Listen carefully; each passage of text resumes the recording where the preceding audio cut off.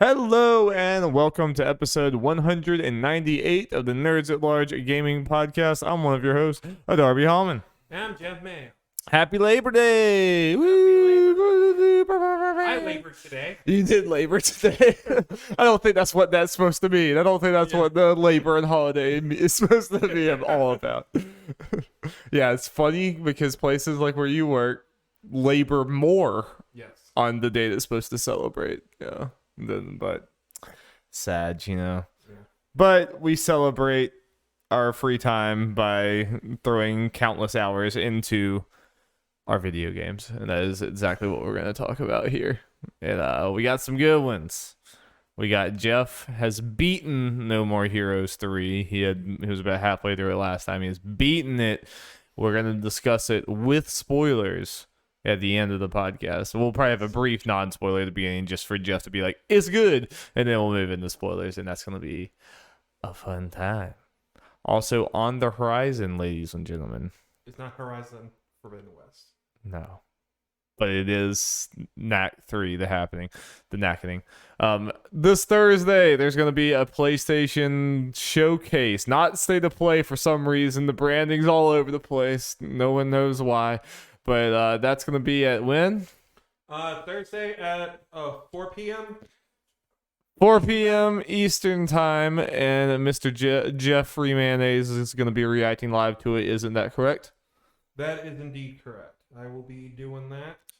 I will be here, and it will be fun. It will be. You heard it here. The breaking news. It will be fun. Yeah, we are absolutely going to be talking about what we think is going to be there on this podcast. But make sure you go to twitch.tv/Nerds at Large Gaming. Go ahead and follow us there and be ready for Jeff to react live when they bring out Master Chief and execute him on live television. Yes, other things to get hyped about.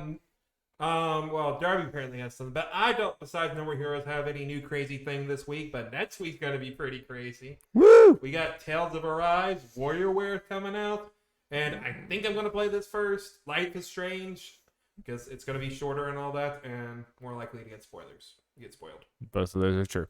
Yes. Go ahead and get that out of the way. And I'll be playing Tales. So it'll be good. Yeah, we both kind of talk about both. Yeah. I'll have Tails impressions that Jeff doesn't have. I'll be the Tails guy on the podcast. What is this world? What's going on? I mean, you have that for a week. A week. I'm officially taking Life is Strange guy. Yeah. I'm caught up on the series. Oh no, you have taken that for yourself. Yes. I'll enjoy my to the list. 1 week, and you'll be past me in Tails the next podcast probably. So I'll only have my very short window there. But yes, for right now, there is a mystery surprise game that I didn't expect to be playing when I woke up this morning, but then did. And that game is Valheim. Oh. Because me and Alex logged on to play something. We're like, what do you want to play? I don't know. Not really any of the normal things we play. Okay, well, what can we pull out of our ass? And what we pulled out of our ass was Valheim, because apparently it was a 1 gig download. Which was very surprising to me. Is it free to play? It's like $20 or something. It's 20. Yeah, I think it was like 20. Yeah. So, and you could probably get it on sale some other time, but we did not get it on sale. We paid full price or whatever for it. But we're like, whatever. We're working boys now. We can afford to spontaneously pay money on this thing that we like. I've obviously been interested in Valheim this whole time. It was like, I don't 100% know if I'll get into it, and I suppose I still don't completely know if I'd be in it for the long haul, but me and Alex had a very good time. It's very much obviously the survival type crafting and everything like that game, but it's kind of crazy how big the map is and how like we spent several hours playing and slowly we were like building up our settlement and stuff. And every single day we were both like going in different directions and exploring areas and then coming back to our home base. And we have explored so little of the map in the grand scheme of things. So it's definitely something that you could like very slowly unwrap this map. And then you can already see where there'll be the hype moments of when you make it to another continent and things like that. Because at the very end of it, we built a raft and we started going out off on it, and we could not figure out how to steer the ship like at all. So we were just very slowly going out into the ocean, and then this horrible storm hit. So the waves were like 10 feet over our head. We were like going up and slamming back down. It's like, okay, well, we're gonna die out here at some point because the boss we were supposed to fight is somewhere out there. We're like, we know we're gonna die, but let's see if we can even get to it. We got like less than halfway there, and then I looked over and I was like, Alex, I just saw a giant fin swim past us. And he's like, that's not good.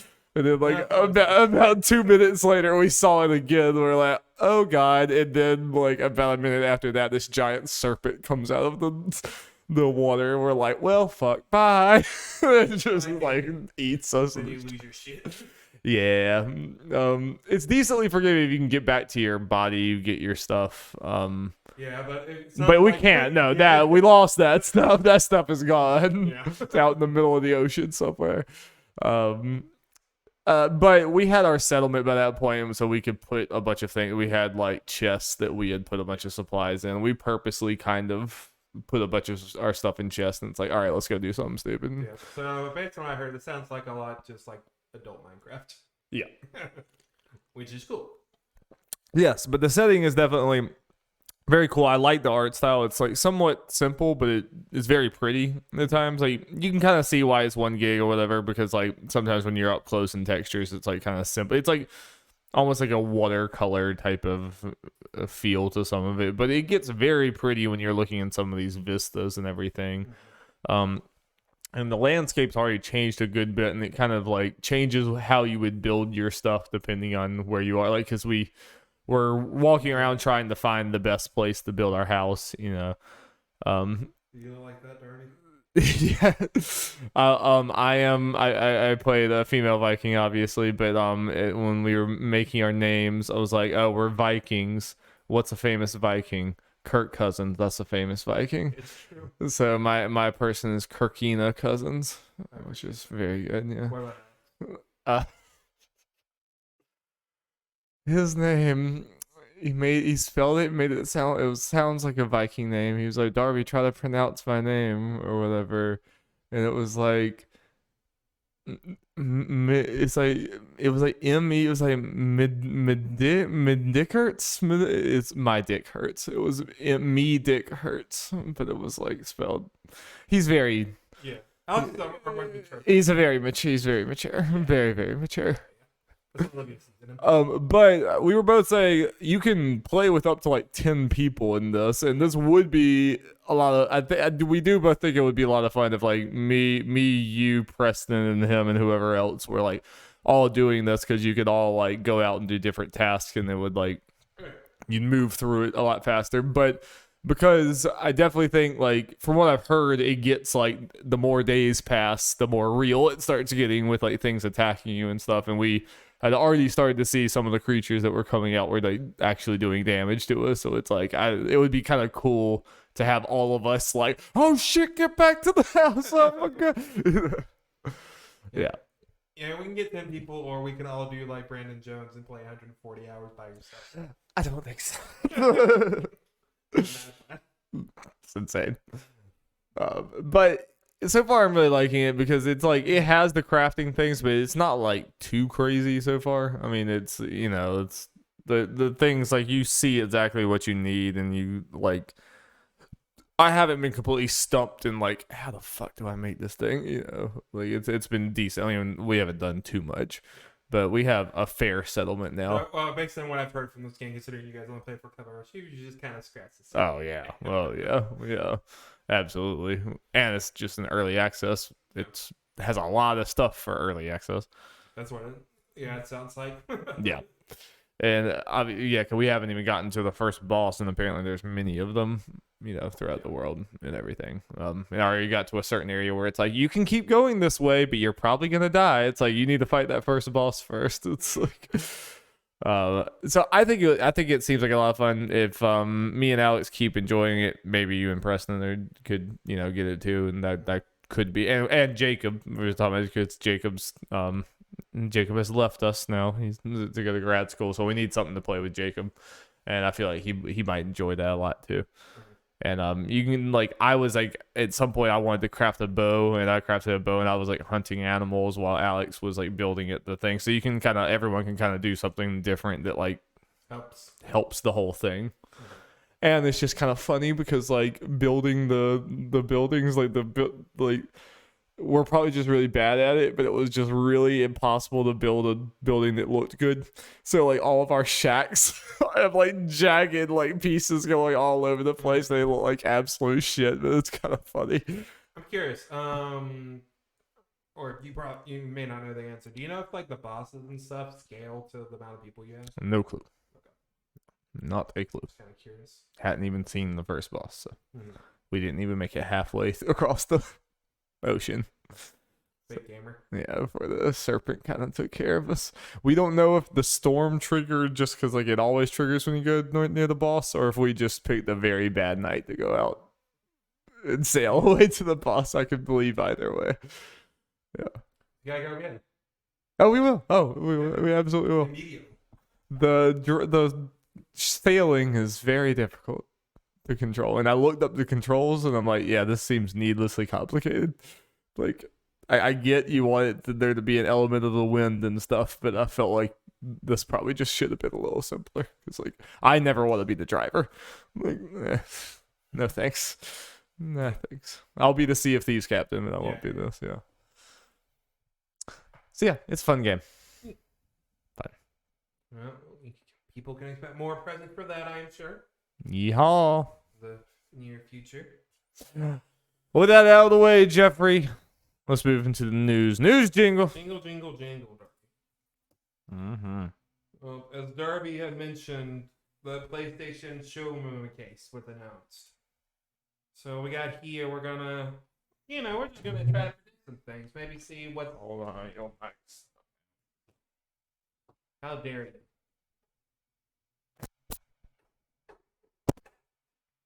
Boom.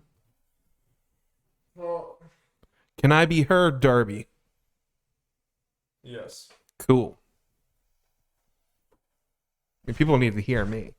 They do. How are they gonna know what happens in No More Heroes 3? That's right. Play the game? Are you kidding me? Gamers don't play games. Thank you, Cozy Bear. Sending people our way. They don't know what they're getting into. Oh, God. Oh, Lord. Oh, no. Or all right, Jeffrey, what are we talking? Yeah, PlayStation Showcase coming up. I've got a list here of studios / games and the like. And we'll just go first, see how likely we think it is and all that kind of stuff. What we might expect from this stuff. And, if there's anything else that pops in our head throughout it, shout it out. Shout it out. All right. This is not really in no particular order. I guess first parties are primarily first, but I got Sony Ben first. Yeah, I definitely. It's just weird. That whole article that came out about it just makes it very weird about Sony Ben. That like they basically Sony said no to Days Gone 2 and put them on this Last of Us remake, remaster, whatever type project. But then apparently they went off of that at some point. Mm-hmm. But at least a certain amount of time was wasted there. Like where they couldn't have been making anything new that they would be announcing here. Yeah. So that makes me like very, very hesitant to say they're gonna have something. Yeah, hasn't at least been like maybe I don't know. I can't remember the dates and stuff related to that. So it might still be at least a year or two, if not more. Maybe they're working on whatever they're working on. But there's also whether it's a good idea to show it or not. They could just show something very early. They could. They absolutely could. Sony, I feel like could honestly all three in the varying degrees are bad with it showing things too early, but yeah, all these guys aren't consistent. Nintendo, Sony, and Microsoft. Microsoft's generally the worst with it, but Sony's not above it. I mean, Sony showed God of War like 3 years early, Horizon like 2 or 3 years early, Spider-Man 3.5 or something years early. I mean, so like I'd say they're pretty consistent with doing this as well. Like it's not always. Ghost of Tsushima was like 3 years early. They're pretty like constant with that kind of thing. So yeah, definitely could. I don't know what to expect from it. I mean, after all of that, did they come all the way back around to Days Gone 2, or are they on another new IP? Or I think all that stuff did, regardless of it, did go into like, they're working on a new IP now. It's not Days Gone 2. That was kind of just part of it. Some of the reporters being like, okay, they're not working on Days Gone 2. This is what they're doing, but then now they're settled on something new. Yeah. So kind of impossible to really predict. I expect at least one or two kind of, I guess, quote unquote, big announcements from Sony first parties. Because I feel like with any of these things, there's at least, one or two. I think Sony Bend is, as far as a big studio, makes sense. Yeah. As it does. I would go down. I'm not would not put my money on it, but I would not be surprised if it happened either. I agree. Yeah. What do you think the Returnal DLC is? Realistically, the only thing to expect from Housemarque, but yeah, I mean, if there's not Returnal DLC, obviously they're not going to be there. I think it's definitely possible. I mean, the game was decently popular. They probably had. I mean, it's just weird because they've like scrapped games and did all this, and just wonder how far along. Would they be ready to drop that now? Mm-hmm. I mean, I guess to show it, they could. I think it's definitely possible. Yeah. I mean, that seemed like not that crazy, but. Yeah, I can see it even just kind of being, because who knows like what the plan was as far as the talk of Sony buying them and all that. So it could just be, hey, we're working on something. Maybe next year it'll come out next year. Yeah, it could be like it doesn't really show anything, just announcement that it's actually happening, which I think would be enough for the fans of that game. It seems like it would be a game that would do well with the DLC, just from the different biomes or whatever they called them that they had in there that you could. I mean, it's a very gameplay centric game that you could absolutely do something like this. And I think people liked Returnal enough. I don't think it sold super well, but I think it sold well enough probably and was received really well. I could easily see them do it. I'm very interested to see if Housemarque is like. Are they doing Returnal 2? Are they like dedicated to this that hardcore at this point, or what exactly would be happening? Mm-hmm. But yeah, that would not be too bad. I'll keep on the DLC train. Ratchet and Clank Rift Apart DLC. I don't think so. Okay. I mean, do you feel any different? I mean, Ratchet and Clank 2016 didn't get any. I mean, that doesn't mean anything, but like.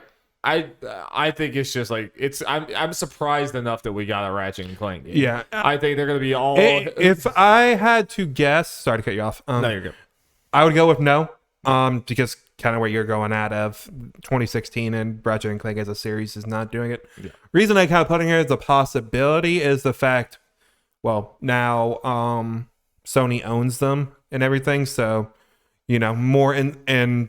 I feel like Sony pushed this Ratchet and Clank more than other ones. So kind of more incentive to maybe add on a little something. Yeah, it's definitely possible. But I feel like this was like one of those, they needed studios to do like a console launch, show off the hardware.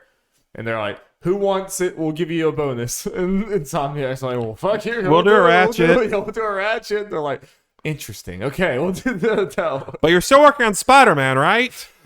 Like, yes, like, okay. Yeah, they had to show their homework. They had to show a certain amount of progress in making Spider-Man 2 before they could make Ratchet. They're like, okay, you're allowed to make Ratchet. Yeah. If Spider-Man 2 was only like a fourth of the way done, it'd be like, no. Well, on that note, what do you think the odds of Spider-Man 2 are? I think of the crazy announcements that would be like, oh my god, that's one of the more likely crazy. I think it's a new game announcement that we can actually kind of predict. Yeah, I feel like this is a more likely one because Spider-Man came out in 2018. We got Miles Morales last year. I think obviously Miles Morales was kind of a separate kind of thing.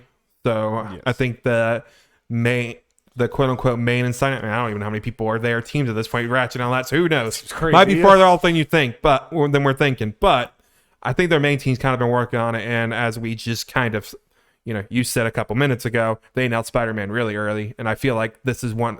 I feel like Spider-Man 2 is one of those games that they're just going to want ahead and be like, okay, we have something to show. Here you go. Get excited. Yeah. I mean, because if you go by that same the track record that I just laid out that they've done many, many times. In fact, they've done it more than they haven't done it recently, as far as like announcing something several years in advance. If that's the case, then I don't think it's that far away. So if they kept cadence than you should expect. You know, that would make sense. I can see it like easily being maybe planned out for at most 2 years away from now, which is in the range of when they can announce it. If they do show something here, I don't expect it to be much. Yeah. I expect it to be like maybe show the villain or show what the central maybe a little story tease. focus Just or maybe if they have new suits, Peter and Miles, both Spider-Man, swinging around. Maybe both. I mean, you would hope if you come out here with a trailer, it's got to have some zinger hook thing that we're like, oh shit, that, you know, it can't just be Spider-Man 2. Yeah, you know, it's got to be. I think the best thing to if it's going to just kind of be on teaser territory, do like teasing Green Goblin or Venom, something, something like that for sure. Which, I mean, obviously the end of the one already did. And an obvious thing, do thing that kind of help confirm that yes, you could be playing throughout this game both Spider-Man. Yes, yeah. I think that's like. I think that's decently likely, you know. It's not like I would be like, where the hell was it if it's not there? But like, especially since we know it's coming. Yeah, exactly. It could show up. And me and you are on the side of just show it when it's ready. Yeah. So, or they could do a God of War and just show a damn Spider-Man logo, and then I want to put a basket. And then everyone will be like, "I was blown away, Spider-Man 2. Are you kidding Sony me?" actually won E3. It's like we knew Spider-Man 2 was coming. Like, what fucking logo? If they just show a logo, my mind's gonna be the same place it was with Elder Scrolls. Like, all right, I mean, it'll be close. Come back when you have something. Yeah, shut up. Media Molecule. This is a weird one. Because Dream, like, I'd be less surprised if they like announced the day after that Media Molecule was like dissolving as a company. I really just do not have faith in Media Molecule sticking around because like I like Dreams has a lot of heart. I don't think it's ever gonna be financially successful. Like, especially with how long they worked on it. I could see them potentially. Because they haven't done anything yet, but you're right. It wouldn't be the most surprising thing at any time they announced that, which sucks. I mean, yeah, but that's irrelevant for those. That's like obviously not going to announce anything like this year, but I don't expect to see them at all. I could see it, depending. Especially if they're getting closer to Dreams, I can see them just kind of the people that need it on there, and then have everyone else work on something else. But would they be ready to show that something else? They just released Dreams not long ago, you know. I mean, it depends. Like when Dreams release again. I just don't feel like they would be ready to show something there. I mean, you saw how long it took to make Dreams. Yeah. I am also on the mindset that what they're going to make is probably not going to be as nearly as ambitious. Yeah. They might go back to a platformer kind of thing. Kind of more simple platformer, kind of fill out the thing. Probably be financially smarter. Yeah, which would be weird. Hypothetically, I think regardless if there's announced here, there's a good chance that's what Media Molecule does next. Just kind of something, to make the studio more financially good. But they just gave Sackboy to someone else who made a good platformer. So I don't think it would be Sackboy. Yeah. I mean, I think that ship's kind of sailed in some ways. I don't know exactly what it would be though. I think it'd be a new IP because I don't think you bring back Tearaway as much as I absolutely adore that game. No, that would be another gamble. They probably don't want to gamble. I mean, Dreams was way too much of a gamble. Yeah. Clearly, but personally, I would say a very low chance of them being there personally. Mm-hmm. Fair, I honestly don't know. Yeah, I think I'm kind of with you. I'm leaning more towards no, but I wouldn't be surprised if they announced something. Yeah, it could happen. Yeah, sure. Naughty Dog. This is an interesting one because we have multiple.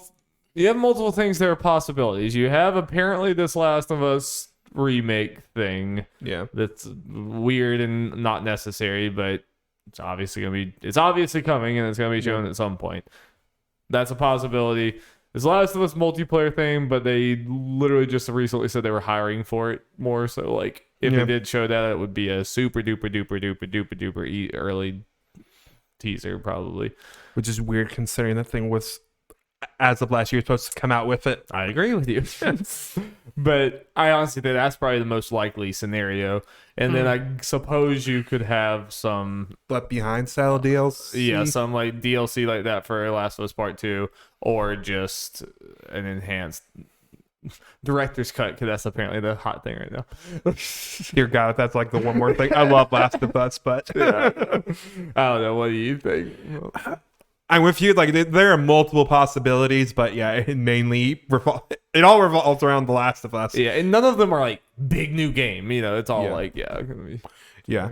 As far as what I think is realistic, especially out of those things that would potentially be the most exciting, I do think a DLC / Left Behind style thing, or maybe Lost Legacy. Lost Legacy. Yeah. How long was 6 hours or something like that? Or I'm sorry, how long after Uncharted 4 came out was Lost Legacy? I think it was only like a year. I can look, Okay. but I think it was. Only I know 2016 was Uncharted 4, so if you just look up Lost Legacy real quick.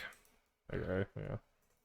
But I mean, depending what they did with that could be hype. Maybe. Let's see, 2017. So Okay. it was 1 year, right? It was Yeah, 2016. so that potentially announcing that to come out next year, I think is definitely a possibility. Yeah, it's like Uncharted is definitely more of the like pulpy, we're doing something different type of thing. Like Last of Us, you could definitely make it work. It's just like I wonder what it would be for Last of Us. Yeah. Do you think it would do if they were to do it, do something in that vein? Do you think it would have to do with the title screen change after you beat the game? It could. It just feels like I know that's all part of. Do you want that kind of thing? Yeah. Do you want like that's the type of thing? It better be damn good if you're picking that back up. And I don't know if a shorter game afterwards is gonna be able to carry the weight that entails narratively. That's what like Uncharted, I think it worked because like the narrative is cool, but like it's definitely nowhere near as like serious and weighty as Last of Us. So it's like you had this fun adventure with Chloe and everything that kind of tied into the main story. It was a cool self-contained story, but it was like it was okay that you didn't get to really dive in this because it's kind of a pulpy fun action thing. This is like if you pick that back up and it feels like half-baked or like not long enough, it's gonna be like, oh my god, why? It's like you had like I just don't, it's not as easy, I feel like, to make that work. Not that they wouldn't do it. I mean, they're obviously, with Miles Morales shows, they're still in on this like more games releasing, and in order to do that we'll release like smaller games in between main games. Titles, like, they're obviously that's moved past just Uncharted now. But I do think that works for both Uncharted and Spider-Man easier than that might work for Last of Us. Yeah, especially where the world for both those series were at the time. Yes, right, correct. Do you think there's any chance of anything else? Like any weird Uncharted thing? I don't even think, if there is an Uncharted thing being brought back, I don't think it would be by Naughty Dog. You agree? Like, yeah. Were there rumors that someone else working on Naughty Dog? Yeah, I think there was. Uncharted. Yeah, I mean, I expect it to be any of those things we named, pretty much all Last of Us related, or nothing. I don't I don't think we're gonna get the next big project. No. Though they did announce Last of Us Part 2 really early and shortly after Uncharted, so who knows? That's the whole thing. Like they have announced the stuff really early. Well, but you have to get in that mindset. Yeah, it's like just because something's far away doesn't necessarily mean it's not going to be here. Yeah. The more I think about it, I think that multiplayer game might be shown in some way here, even if there's like no even hint at it. I think as long as they have actually something that looks good to show, I think it's a smart move because people are watching to be major PlayStation fans, and those are the people who want it. So just kind of give an update on it. But you do have to sell this concept to like, I know they're big fans of The Last of Us multiplayer, but the vast majority of the player base does not play it for the multiplayer whatsoever. So I'm one of those people. I'm not immediately in on this. Like, you got to show me that this is like really I'm good, one of the mindset that I'm not going to touch this thing, like, or maybe try it once with you guys, and that's the extent of it. That's what I mean. That's the level I'm at too. So you have to get us from there to somewhere else. So. I have Gran Turismo in here. I think we're gonna see it. It's not out yet, so we'll Had show that game been something. delayed to all hell or something? I think it got delayed to supposed next year or something. Maybe Yeah. I mean, I think it was supposed to come out a while ago. I Yeah. think, but I don't know. I don't keep up with it, so we don't pay attention to Gran Turismo. probably gonna see it. Okay, I got God of War 2.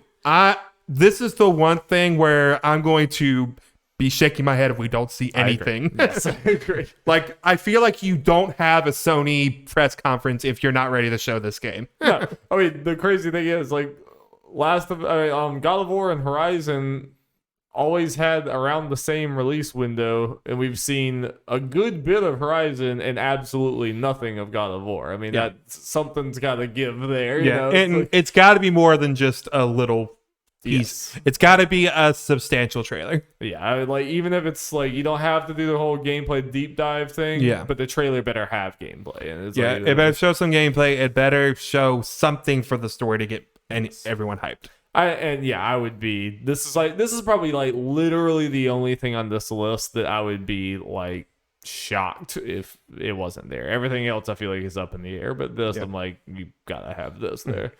Especially since this was supposed to be 2021 until a very short time ago. Yeah. So we're expecting first half of 2022, and it's September, so it's time. You know, it's time to give us. Yeah, we're officially at the point where people can be a little upset if God of War is not shown at this point. I agree. I kind of forgot to put it in here. So Witcher 2, like, I don't know if we have much to say. Horizon. They announced a day for it. They just did that. I think we'll probably get maybe something here. I don't expect much. Maybe just, I don't know. Yeah, because we've already seen it a good bit. They just announced the delay. They could probably do that for Game Awards or something. Like, obviously, this is going to be the God of War showcase because it has not been shown at all yet. Yeah. I expect Horizon to take somewhat of a backseat in comparison. Maybe kind of a new short-ish story trailer kind of thing. Yeah. Maybe. Probably something that's unnecessary. Yeah, Probably just to be there. Yeah, and the weird thing is we just got the light that made me hesitant to say, oh, it's definitely going to be there. But potentially, realistically, this is I guess besides maybe a couple state of plays, but this will be the only major Sony press conference, anything probably, between now and its release in February. Yeah, I mean, it'll probably get another dedicated state of play at some point, but...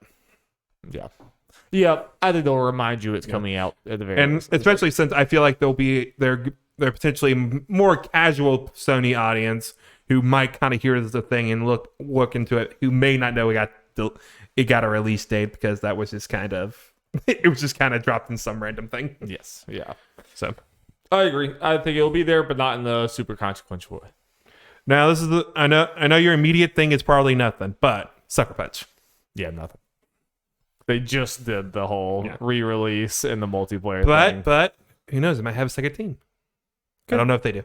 Good. Also, I just want to believe that this isn't from like a substantial source, but there were some rumors and rumblings popping up today about a potential infamous something shown here. And I'm like, I want it. I don't expect it, but I want it. And I mean, they've shown no movement to try to make even any of those collections that they did on the PS3 to even move to the PS4, and now we're all the way to the PS5. So I'm like, I think the Infamous collection, the Sly collection, all those are just, even the Jack collection outside of just Precursor Legacy, I think it's just doomed. Yeah, to stay. Yeah. Potentially there could be not Sucker Punch like if rumors are true. I don't think they are. We get a new Infamous thing. Maybe they could pull Sly 4 and have another team work on it. Yeah, they could. They absolutely could.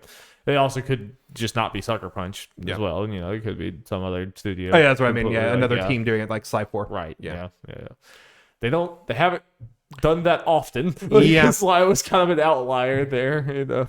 You know what? And they should do that again. They should do that again. Unfortunately, since I was owned by Facebook, is that right now? Yes, it is. Damn it. Yeah. All right, Dario, let's get into that fun third party talk. Ooh, baby. Okay, we're gonna start with the big one, Final Fantasy 16. Well, according to everything you've told me, my answer should be no here. Yeah, probably. I got a feeling if we're seeing it soon, there is a greater chance for TGS, Tokyo Game Show, in about a month, but I don't know, who the fuck knows. Square's weird. They are But weird. they could decide to show it here.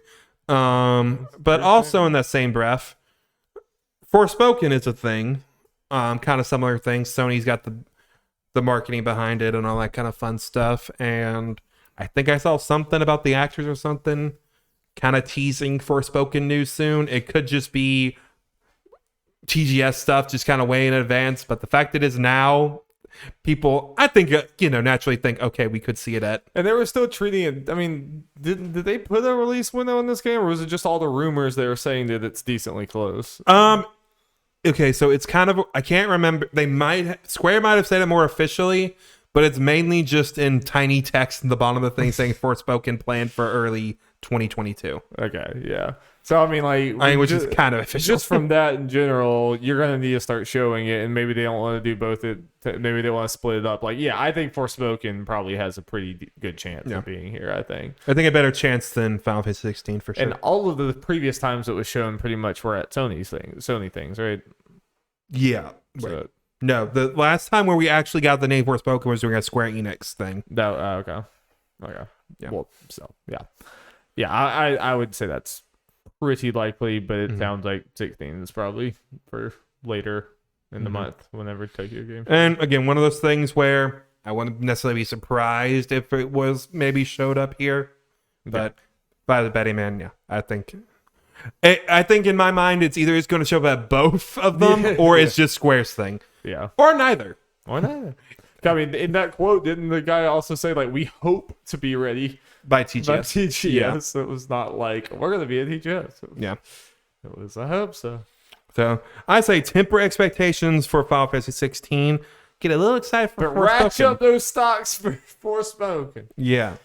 I want to see more gameplay with Forspoken, just hard, straight gameplay of, like, is it, like, super fast actiony, or is it more like slow walking around environments with some action? Like, like, are we talking crazy Devil May Cry shit, or are we talking about slow methodical shit, or what exactly is going on? It's actually Sonic the Hedgehog, but with a girl. Ooh, a human girl with a little magic thrown in. And she says fuck. She does say fuck. Sonic also says fuck, but they censor it. Has Sonic said fuck? No. I want him to, though. Shadow wants to say fuck. He's still in a teen-rated game, though. Yeah. Well, it's not even teen-rated. Shadow the Hedgehog was rated teen. That's what I mean. Yeah. He cussed there, I think. Yeah. I think he may drop the... He probably didn't say fuck, though. No, he didn't say fuck. No, he maybe said, like... Damn. Ass, damn, dumbass. something like that. Yeah. It was probably with, like, a camera looking up at him with his arms crossed. He probably, like, said dumbass. Yeah. What if he just said piss? Just like piss. Yeah. Not even like in context. He just said piss. Shadow would be even cooler than here he is. Please move on. Hogwarts Legacy. I don't know. It got pushed to next year. It was announced as Sony's thing last year. I think this had a chance. Depending when. I believe you. Also, fuck J.K. Rowling. Yeah, I kind of forgot. I do not remember the last time we saw it. Just like kind of last year, last September at Sony's thing. Oh, okay, yeah. Oh, yeah, and again for this year, I think, but yeah, it got delayed till next year, so who knows? And we're getting the other WB games that were kind of announced roughly the same time for next year at DC's event. This won't be there, so this would, you think, be the place we would see Hogwarts? So I think it has a pretty decent chance. I think the game seems like it could be very good. Yep. Want to see more? I think this is the swan song for Deathloop in conferences. Please. It's not out yet, so it's sorry. I think it's definitely going to be here, at least in a montage. I probably will. Yeah. Someone's got to go back and count the number of shows it's been at, because it's ungodly at this point. And the crazy thing is, it's just been like in the last year.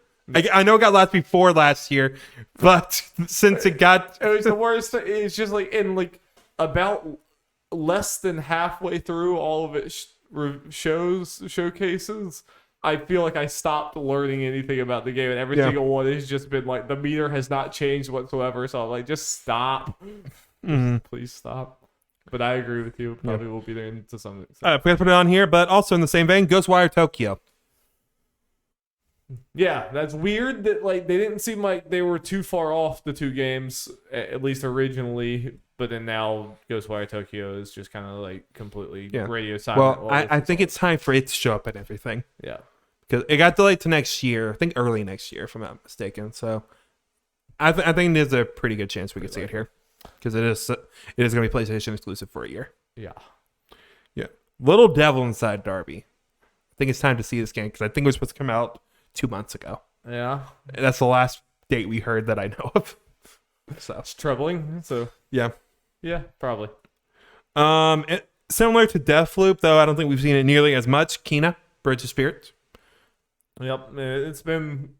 I think everyone was talking about this game a lot, and then it got delayed that last time, and I feel like everyone has like stopped completely. Which fair, we had talked about it too much, and then now whatever. So and we haven't seen it much. It was shown at what's that called? That little artsy. Yeah, Tribeca. Yeah, Tribeca, and people talked about it for a second, but that was in the middle of all the E3 madness. It's probably time for one last put it in the zeitgeist. Yeah, but I think it's a good place to show the launch trailer. Is it? When is this? Is it end of September? Middle of September? I think it's. Let's see. So it could only be like 2 weeks. Yeah, 2 weeks, 3 weeks. August 24th. So closer to the end. Not August. Oh wait, yeah, you're right. That was the old date. Yep. So. I don't know where it is now. It's fine. Sometime this month. It can't be that long. It'll probably September 21st. Okay. So 2 weeks. 2 weeks from tomorrow. Yeehaw. So yeah, I think it's definitely going to be here, just kind of at least as a reminder. Yo, it out or coming out. But Jeff, Bugsnax. Talking about Bugsnax. Bugsnax DLC. You put it on here. What you think? I think there's a chance because they Young Horses or whatever the developer's name is. They mentioned the Steam release next year, and then hinted at like, oh, we got more Bugsnax related news later this year. Assuming it's something like as big as, let's say, DLC or something. I don't see why I'm going to show here how Sony pushed it last year. Yeah. I have nothing more to say that I want it, but there's one more Bugsnax stuff. Yeah, I didn't play the game, so I really have nothing to say. So yeah, I think there's a chance of that here. I agree. Yep. Is there anything else crazy you can think of to potentially show up here? That's the end of my list. No, I feel like this is one of the harder ones to predict. I mean, just because we have things that we know about right now, but then a lot of the studios have already released things. Mm-hmm. So like you don't know, and like there's some things like God of War that apparently is not being shown. Like they're not going to show very much at all before it comes out, or at least like wait until very close to it. And then there's other things that they tease really far in advance, so it is kind of hard to tell. So like no, I can't really predict this one super well. I don't expect there to be too many crazy new announcements, though. So I think that we generally covered all the things that we could realistically pinpoint. Anything else? I think is agree. Outside of what we could, Yeah, because I mean, what I did with this was I just went through the Sony studios on Wikipedia and then went through their showcases last year and like, okay, what hasn't released yet, or like Bugsnax, what could have DLC? I'll touch on things like it could absolutely happen at any point, but I think the easy allies are like falling into the trap again of saying Silent Hill. Silent Hill has to be there. There's no way it's not there. Okay. It's never. Silent Hill doesn't ever have to happen. No, it does not. I'm sorry. I want it to happen With the parent company that has it, it could never happen. It might happen at some point, but you could never, ever, ever say like, "Oh, it's obvious it has to." Like, well, also it doesn't have to. I mean, odds are it would probably maybe be a Sony, but it doesn't have to be a Sony, even if it did. If it did happen, it does not. It could just as likely be a tweet. Yeah, and it could be multi-platform, and it could be like everything else. It could have nothing to do with like Sony particularly. It also might not be like there might be no movement on it whatsoever. People make up bullshit all the time. And there's been so many bogus rumors about this. Yeah, that's the problem. There have been a lot of Silent Hill rumors, but then, we've talked about a lot of them, but a lot of them turn out to not be true, like you were saying. So it happening in general. This is a popular fake. This is like one of the most popular video game fakes. It's up there with Smash Bros. Of like a lot of people click on these things, so let's make fake rumors for Silent Hill. There's probably never going to be one of these PlayStation showcases where I like predict Silent Hill's being Yeah. there. It's like, For me to predict it at this point, it's got to be a lot of smoke. Yeah. There's got to be smoke from the right places. and like there could be some good name people blowing smoke, and I still will not. Like, it has to be pretty damn obvious. I need Daniel Ahmad, Imran Khan, and Jason Schreier to all pretty Even much they say have it's been wrong on these yeah, things. a lot but of all times. three of them say it. It's like Yeah. right before I'm like, Yeah, so I mean, stuff like that. Even Castlevania also. Just stop saying it has to happen. It sure don't. It sure don't have to happen. Darby, we got a mobile game. You're right. I'm sorry. I retract everything. Be ashamed of your words and deeds. I mean, when are we getting our Knack Battle Royale, Jeff? That's what I want to know. Thursday. Okay. You heard it here.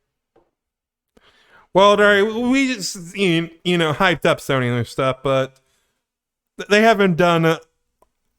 Don't always do hype things. Nerds at large giveth, nerds at large taketh away. Yep. So Darby, last week, and honestly, it was kind of weird.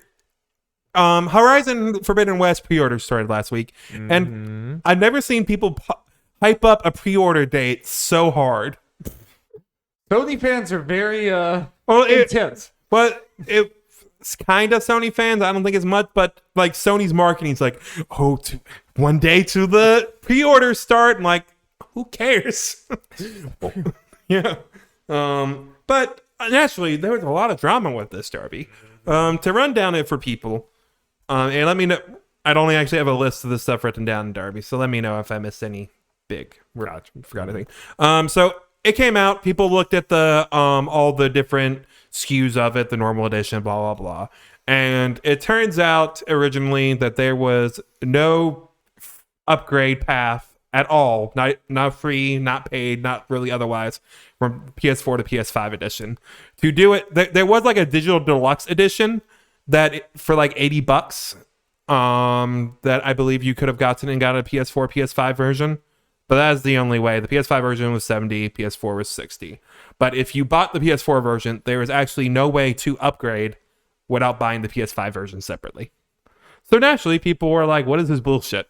And naturally, people were like, wait a minute. Didn't Sony say something specifically about this? And you bet your ass they did. Jim Ryan said in a quote that, I'll pull it up just for the sake of accurately portraying it and all that kind of stuff, integrity and the like.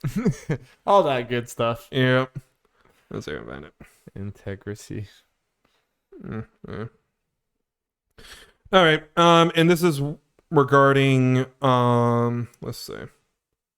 Yeah.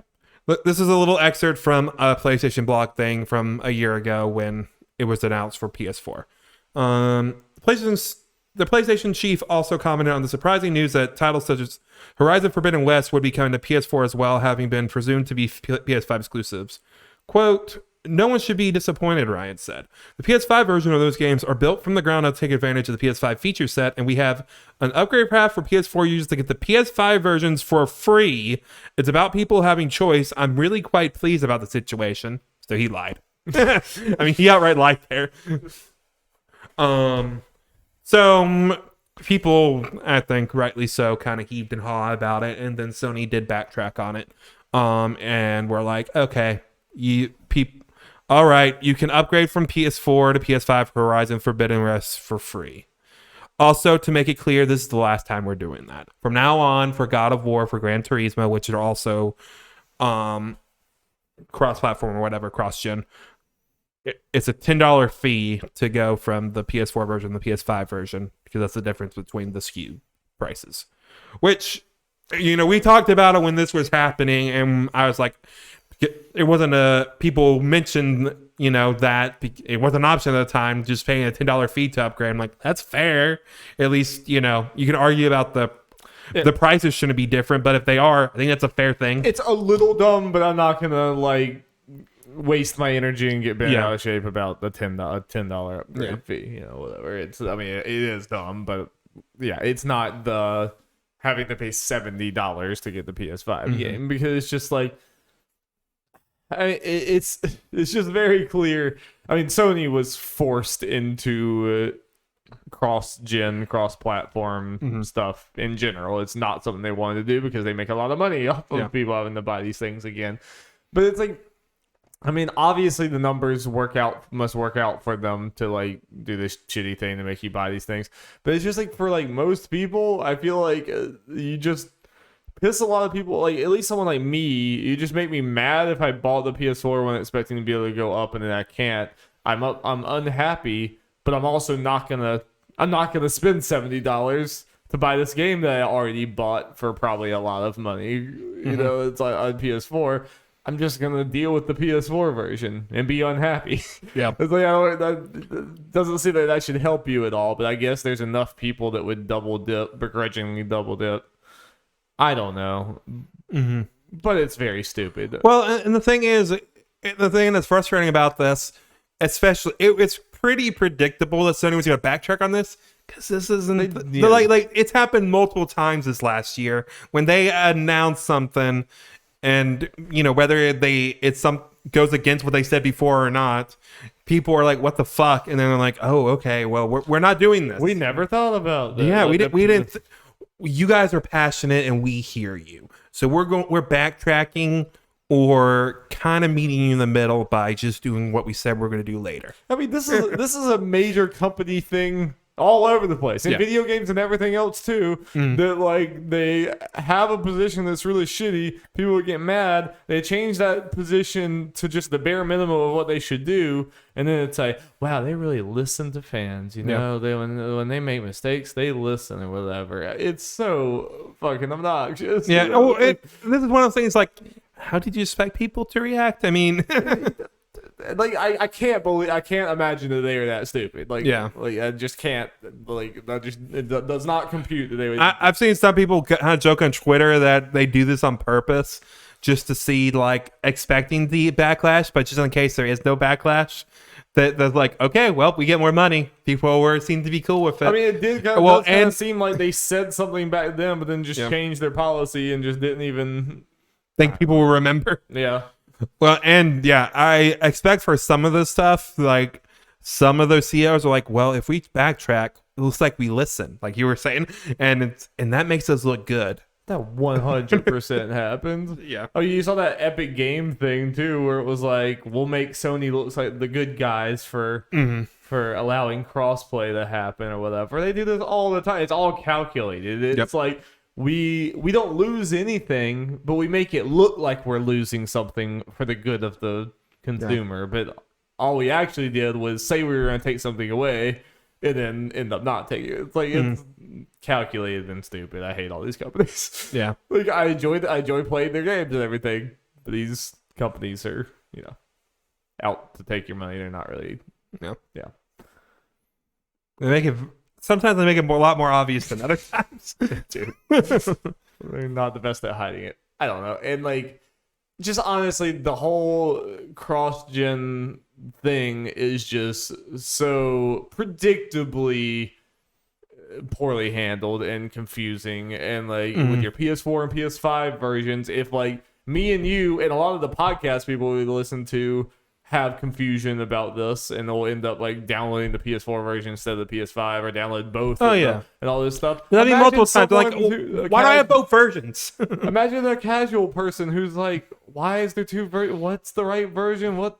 And not just that version, but just the upgrade path, because I mean, at least Microsoft as a company makes it pretty simple. But even the different companies that are on Microsoft or in the Xbox and PlayStation, especially when you have Sony involved on the PlayStation thing, is like all these upgrade paths are different. Some of them they're free. Some of them they're free if you do this. Some of them it's just not free at all. Yep, there is no consistency. And even with Sony's first party games, it is not consistent because Miles Morales and Sackboy, you get them both. I got Sackboy and Miles Morales PS4, PS5 versions. I got one of them. That's all I needed. Yep, it makes no sense. And if you're like, if you're a mom or dad who doesn't know anything about games, your kid, you've been trying to get them a PS5 to have a PS4 or something. You had Sackboy or something like that or whatever. You know that's like easy or whatever. So it's like, okay, we'll just keep buying you the PS4 games and you'll be able to play them on your PS5 because that's just how it works, right?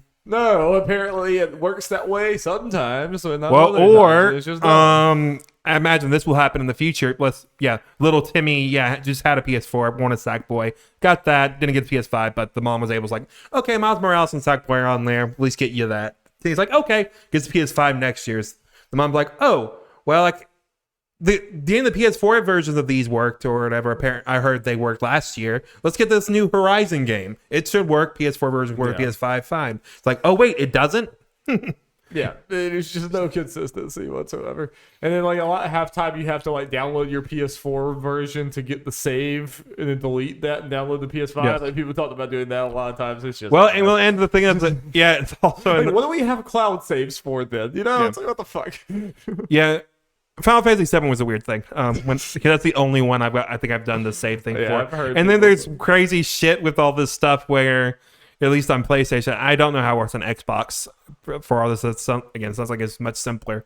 Where I have to have the PS4 and PS5 version of Hitman 3 because I want the nice looking stuff when I'm just playing by myself. But if I want VR, I need to do it on PS4. Or with Sackboy, it's like I don't want the PS5 version of all the DualSense stuff, but because you didn't have a DualSense at the time, I got to use the PS4 version. Yeah. Needlessly confusing. Yep. Well, we complained for a while. Yep. Darby, let's get hyped from Marvel Midnight Let's Suns. get a hype, son. Yeah, so we got the gameplay thing That's last right. week. We're hyped about the cards. Fuck you. I mean, yeah. I'm kidding. I'm Yeah. not kidding about being hyped. This game looks cool.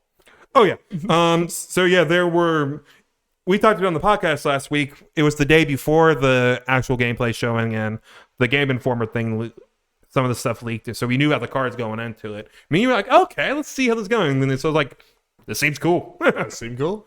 It seems different. It turned people off immediately. People were not happy. Some people were not happy that it was a turn-based RPG thing. I wouldn't get too hung up on that because it's a Marvel thing, so you're going to be having a mass audience tuning into it, and most people are not in the tactics games, and that's fine. Mm-hmm. But so basically what I'm saying is I don't think that means much. This is any tactics game is already going to check a lot of people at the door. Yeah. And when you have the Marvel audience coming in, those comment sections are always going to be a garbage fire. True. Honestly, any Marvel comment section in general is just going to be a garbage fire, but especially when it's a tactics game, they're going to be like, what's this dumb, nerdy bullshit? It's whatever. You have to kind of ignore that. So this is never going to be something that sells as much as a Spider-Man or something. Oh, yeah. But What superhero game is? but this is the glorious thing about Marvel, and what I love about what Marvel Games is doing right now is they're not making all their games just the same. They're giving their IPs to a lot of different developers who do different things, and I'm glad that they're not just, because Guardians is pretty similar to Spider-Man and is similar to Avengers and stuff, but this is a cool thing where it's like, okay, we did that, let's do something different. Yeah. And let's see, because when you do this tactics thing, you could show off move sets in a different way, in some way like that. And there's probably some story that you could tell more in this. It's just different. And I'm personally more excited about this than some of the other Marvel things just because of that. And I think gameplay wise, I'm very happy where it definitely looks like it has some XCOM DNA in there or whatever, but it does not look like other tactics games that I've seen. It has a very distinct thing to it with the third person. It's not really grid based type thing. It just looks different. Yeah, positioning will matter because you Right. can do environmental stuff. Yes. Shoot an Iron Man laser to a guy and you knock him back into a barrel. It'll explode on their ass. But yeah, kind of stuff. Yeah, and yeah, even from tactics, XCOM veterans, there are some people that were kind of, weary of what was kind of shown for multiple reasons. You can only have 3 people in each match. Each match thing apparently only takes about 10-15 minutes, which with those kind of things going hand in hand, I'm more okay with the 3-person thing.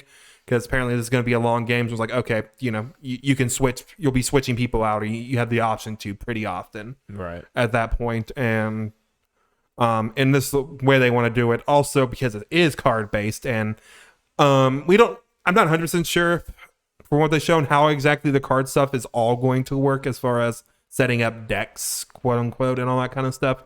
So I think 3 might be a good number depending on how they're doing it, because if you're you're pretty much playing with 3 different decks at a time.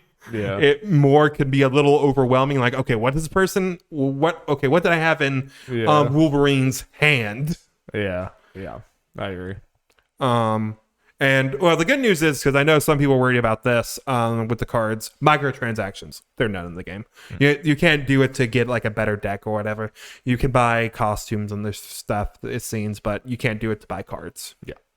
Which is fine. This is just the avenue that they're using for abilities, and it just happens to look like it could be something like that. Mm-hmm. Like that, yeah. Microtransaction, cash grabby thing, but it is just not. No.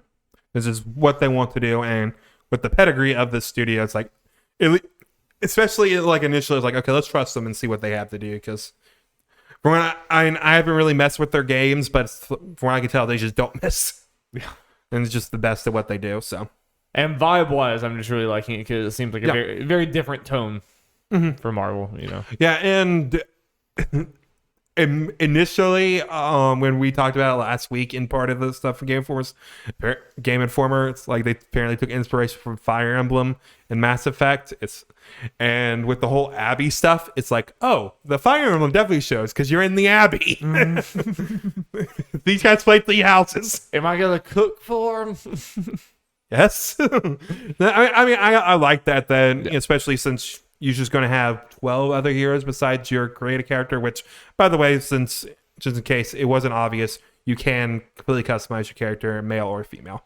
But, you can go on walks with Tony Stark, train with Carol Danvers. And we smooching. I don't care what they say. We're smooching.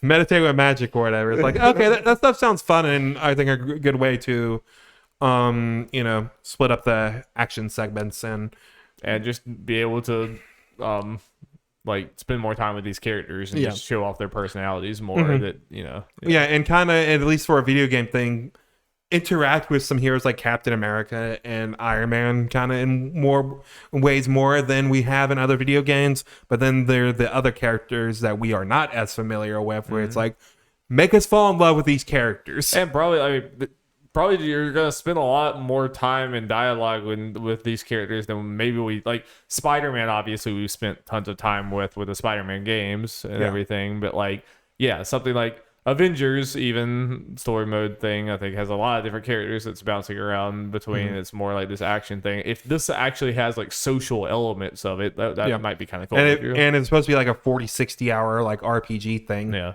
Basically. Yeah, and you're just messing around there and missions, like, you're gonna get a lot of time with these characters. Yeah, and they have a lot to work with. Yeah. Character wise, because obviously these are very established characters, so they have a lot to play off of and draw from. Yep. It will probably be better than like Fire Emblem, which I just think the characters just got very one note and bland. These are like, if they're one note and bland, it's your fault, because like these characters have a lot going on in comics and everything else. You have plenty to work with. You're not making it from scratch.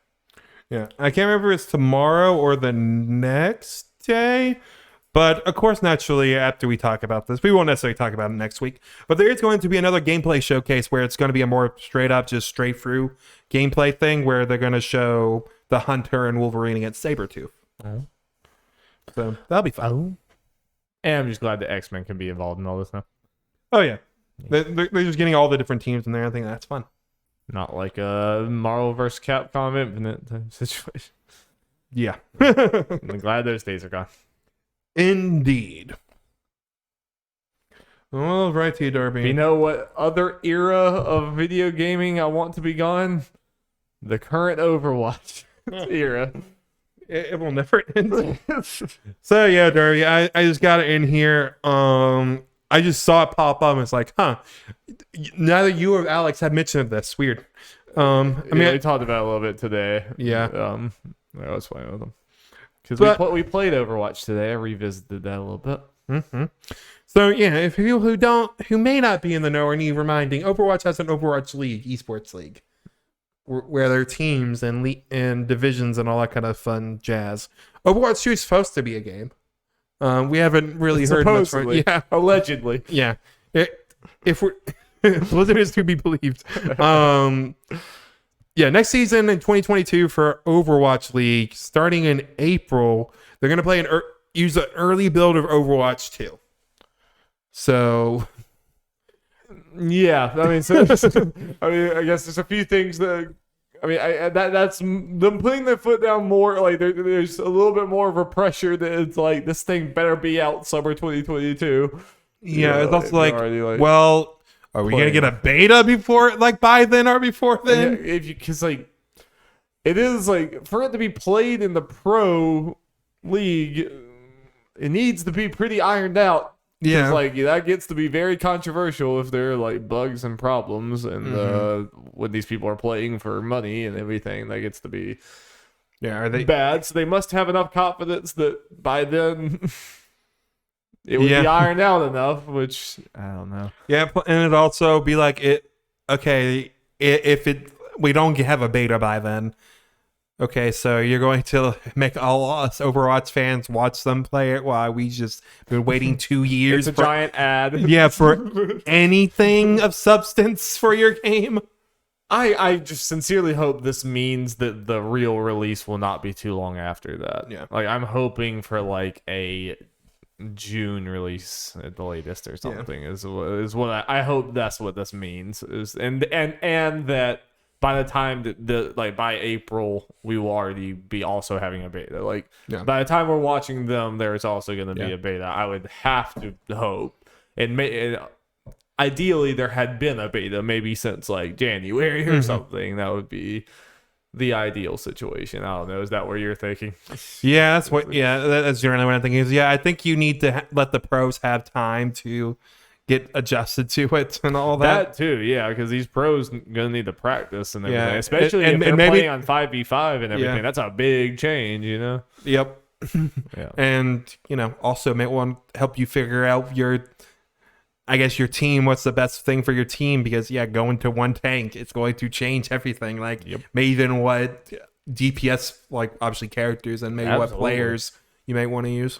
Yeah, and you're probably not going to keep as many tanks as you have on your roster. So deciding who you're going to keep and who you don't, and it's not as easy as just like drop the off tank, keep the main tank. Who knows what is going to be good and what's not and stuff in this? It's a whole different new world. I think I saw someone post, and it's definitely true. The only people who weren't happy about this were tank players. Yeah, tank pros. I will say, I mean. I feel bad for all Overwatch League pros for many reasons. All the Blizzard controversy. Overwatch League just lost all of its sponsorships. Yeah.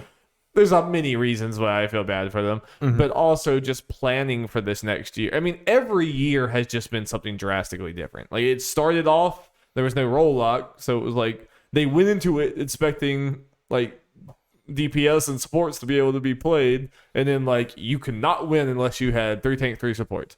So all the DPS players had to learn how to play tank or support or be cut from the team. Then they did the roll lock. So going into the next year, you have the game plan for a completely different thing. We just got rid of people and got on tanks and supports. Now we have to reshuffle again and get more people back in or whatever. And then now going into this again, you're playing on a new game with 5v5. It's just like every year there's just some drastic thing, and like game planning for that must just be an absolute nightmare. I can't even imagine, because like there's big money involved in all this. Yes, but what I was also gonna say is playing, because I play Overwatch a lot less often this year than I did like last year and the year before. So dipping back into it again today, I had fun, but it really cemented me again that I'm very happy that we're going to 5v5, because I'm just so ready for there to be less sustain and just tankiness and everything and these comps. Like, I'm just reminded again, it's like you have to hook someone in, shoot them a bunch, hook them in, shoot them a bunch again. The third time you get them in, you kill them. It's like, God damn, come on. It's like everyone is just like surviving constantly because you have 2 gigantic tank characters that you have to get have both have giant shield. Exactly. That you have to get through before you can even ever get, and it just makes the fights just, I don't know. Yeah, I think it's going to be good for the game. Overall. Yeah. I mean, we've talked about it before. I feel like they've done extensive play testing and everything, and I think obviously they think this is a good thing for the game and sets it on all that kind of stuff. Yeah. I'm just also very curious. I was honestly wondering if Overwatch League was going to survive until next year because they've lost their viewership. They've lost all their sponsors. Yeah. So yeah, it seems like this whole thing was spawn up. They said this because there were rumors that Overwatch League was going to take a year off. So they just came out and said, "Yo, it's happening. We're actually going to be using Overwatch 2 next year, confirmed." Which is stealthily just good news for even general Overwatch fans. Yeah. Because again, we talked about it. Probably means, well, we should get Overwatch 2 by then. The time frame has to be around that time, or I don't know. It's going to be very weird. And again, pros have to be able to practice on something. It's just like I can think of very few other games that have as much pressure on it as Overwatch 2 does. Yeah. It's just like, and as we talked about, it is unneeded pressure. No, yeah. All they need to do was just keep on updating the game as they were. And because now it's also gotten to the point if Overwatch 2 doesn't release with like 10 new heroes, it's going to feel like, what the fuck? Because Alex said that today. Like, what if Overwatch 2 drops and they're like, here's our 4 new heroes? I'd be like, oh my god. Yeah, oh my god. Yeah. So there's been a bit of remind me on average, how many heroes did we get per year? It was like one every other month or every 3 months or something at most. So yeah, based on that, because it'll be 2 years after Echo, you'd expect at least 8. Yeah. Yeah, and a decent number of maps. Well, the maps we're getting, it sounds like. We've already seen them. Yeah. Even if we get no other maps other than the ones we've seen. They have like 6 or something. It's and then reworked other maps. It's like, okay, that's fine. And they're very good maps. Yeah, so math-wise, I'm fine, but yeah. Yeah, I don't know. I mean, it still just does. So, like, I feel like today when I played it, it was a game I have not played in months and months and months. And like with every other live service game, if you stop playing it for months and months and months, you tune back in, you're like, whoa, look at all this stuff. It's just like, it's right where I left it. Or the same thing. It's still there. And just, I feel like the product itself that it left, the state that they left it in is just not the best either. Yeah. It's not like it's unbalanced, but it's not particularly fun. I mean, you can find the fun in there, but it's just not as replayable. Like it needs something like 5v5, but like every time we talk about Overwatch, we get into this big philosophical thing because it's a game I care about a lot. Yeah. But like they have had to rethink and drastically change the way that Overwatch is played so many times, and it still just doesn't feel right. It still feels like there's just that like cohesion that they've just never been able to fully get. That I think some of its competitors does get, and it sucks because I like Overwatch a lot more than some of these other games. But like I can't deny that it's like it doesn't feel right. Like I don't know. They need to allow me to have 6 bastions. That's what I'm saying. They need to go back to those days. Just Bastion and his little, but like the Bastion himself has like little baby Bastions that follow him around, and you like order the little baby Bastions around. Yeah, that's what we need. Other news. And there's also another new league character was just announced 3 days ago. So it's just like oh boy, oh, Jesus. They need to at least match the amount of new league characters. That's like 20. They better get to work. All right, Darby. First thing in other news, Shawn Mendes is working on music for the live-action Life is Strange series. Who's Shawn Mendes again? That name. He is a very popular singer-songwriter, dude, that even I knew his name. Like, I know the name, but I don't know what he plays. Yeah. Let me see. I'm bad at it. I just know the name. I'm sure I know songs. Oh, is he the One Direction? He's the One Direction dude, I think. Okay. I think so. I saw the picture. I think he's a One Direction guy. Cool. Good for him. So, yeah. That's happening. Part of it was my first reaction was like, wait, there's a Life is Strange series, and I saw it was announced in 2016. I'm like, that was announced in 2016. Like, it makes Well, I mean, like, yeah, I mean, he seems the moody, like, girl Oh, no. preteen stuff. No. No. I'm not saying like anything that was nothing to do with him. Yeah. It was more like, wait, a Life is Strange series exists, and apparently moving forward, they're getting Shawn Mendes. Interesting. Yeah, I don't think I knew that either. Well, yeah, like I said, it was announced in 2016, so that was before podcast time. So we were less tuned in. Ages ago. Yeah. We're talking about 200 coming up. Then we got our 5-year anniversary. 6 months. Yeah. Well, we talked about it a little bit earlier. Square Enix has announced a 50-minute TGS presentation for October 1st. And who knows?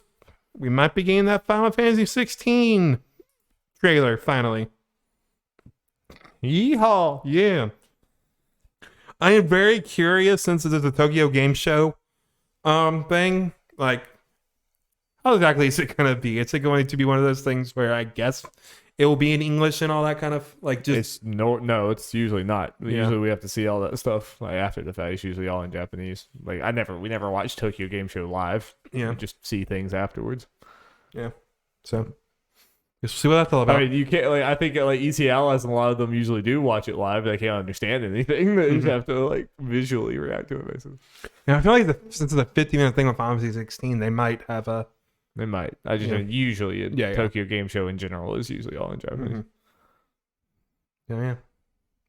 So Kingdom Hearts 4 announcement, right? Okay, good. That is Final Fantasy 16. Oh fuck! Let's go. Game Boy and Game Boy Color games might be coming to Nintendo Switch Online, according to your gamer and the like. Well, at this pace, I can't wait. When we're 70 years old, they'll be putting GameCube games on the Nintendo Switch Online. Yes. And then when we're 115, they'll finally have all the Virtual Console games on Nintendo Switch. So, admittedly, when I read this, I just read Game Boy and got excited, but then I realized, oh wait, this isn't Game Boy Advance games. So why does it matter? I know, right? I mean, obviously, there's really good Game Boy and Game Boy Color games. Like, I would pop off if we got like the Game Boy, Pokemon games on here, which is a possibility, maybe, probably not. But I can dream. But yeah, thinking this on the Game Boy games. That's what I mean. Yeah, isn't this great? 5 years into the Switch's life cycle, isn't Nintendo Switch Online such a great idea? Yes. And Darby, apparently for Tokyo Game Show, they're doing something cool where you can visit booths in VR. Sounds like that won't be weird at all. Yeah, I don't think it's like an actual booths. It's just kind of like digital booths or whatever. And so Island and Dawn have to do a booth tour, right? Like, I mean, we could do a booth tour. We could do a booth tour. I double checked Oculus. Yeah, let's do a booth tour. I bet this won't be as funny as we think it will. No, but that in its own way could be funny. It could. All right, Darby. Is it time? It's time. Oh, baby. Time for No More Heroes 3 Spoilercast. Let's fucking go, baby. All right, really quick at the beginning here. Did it stick the landing non-spoiler? Yes.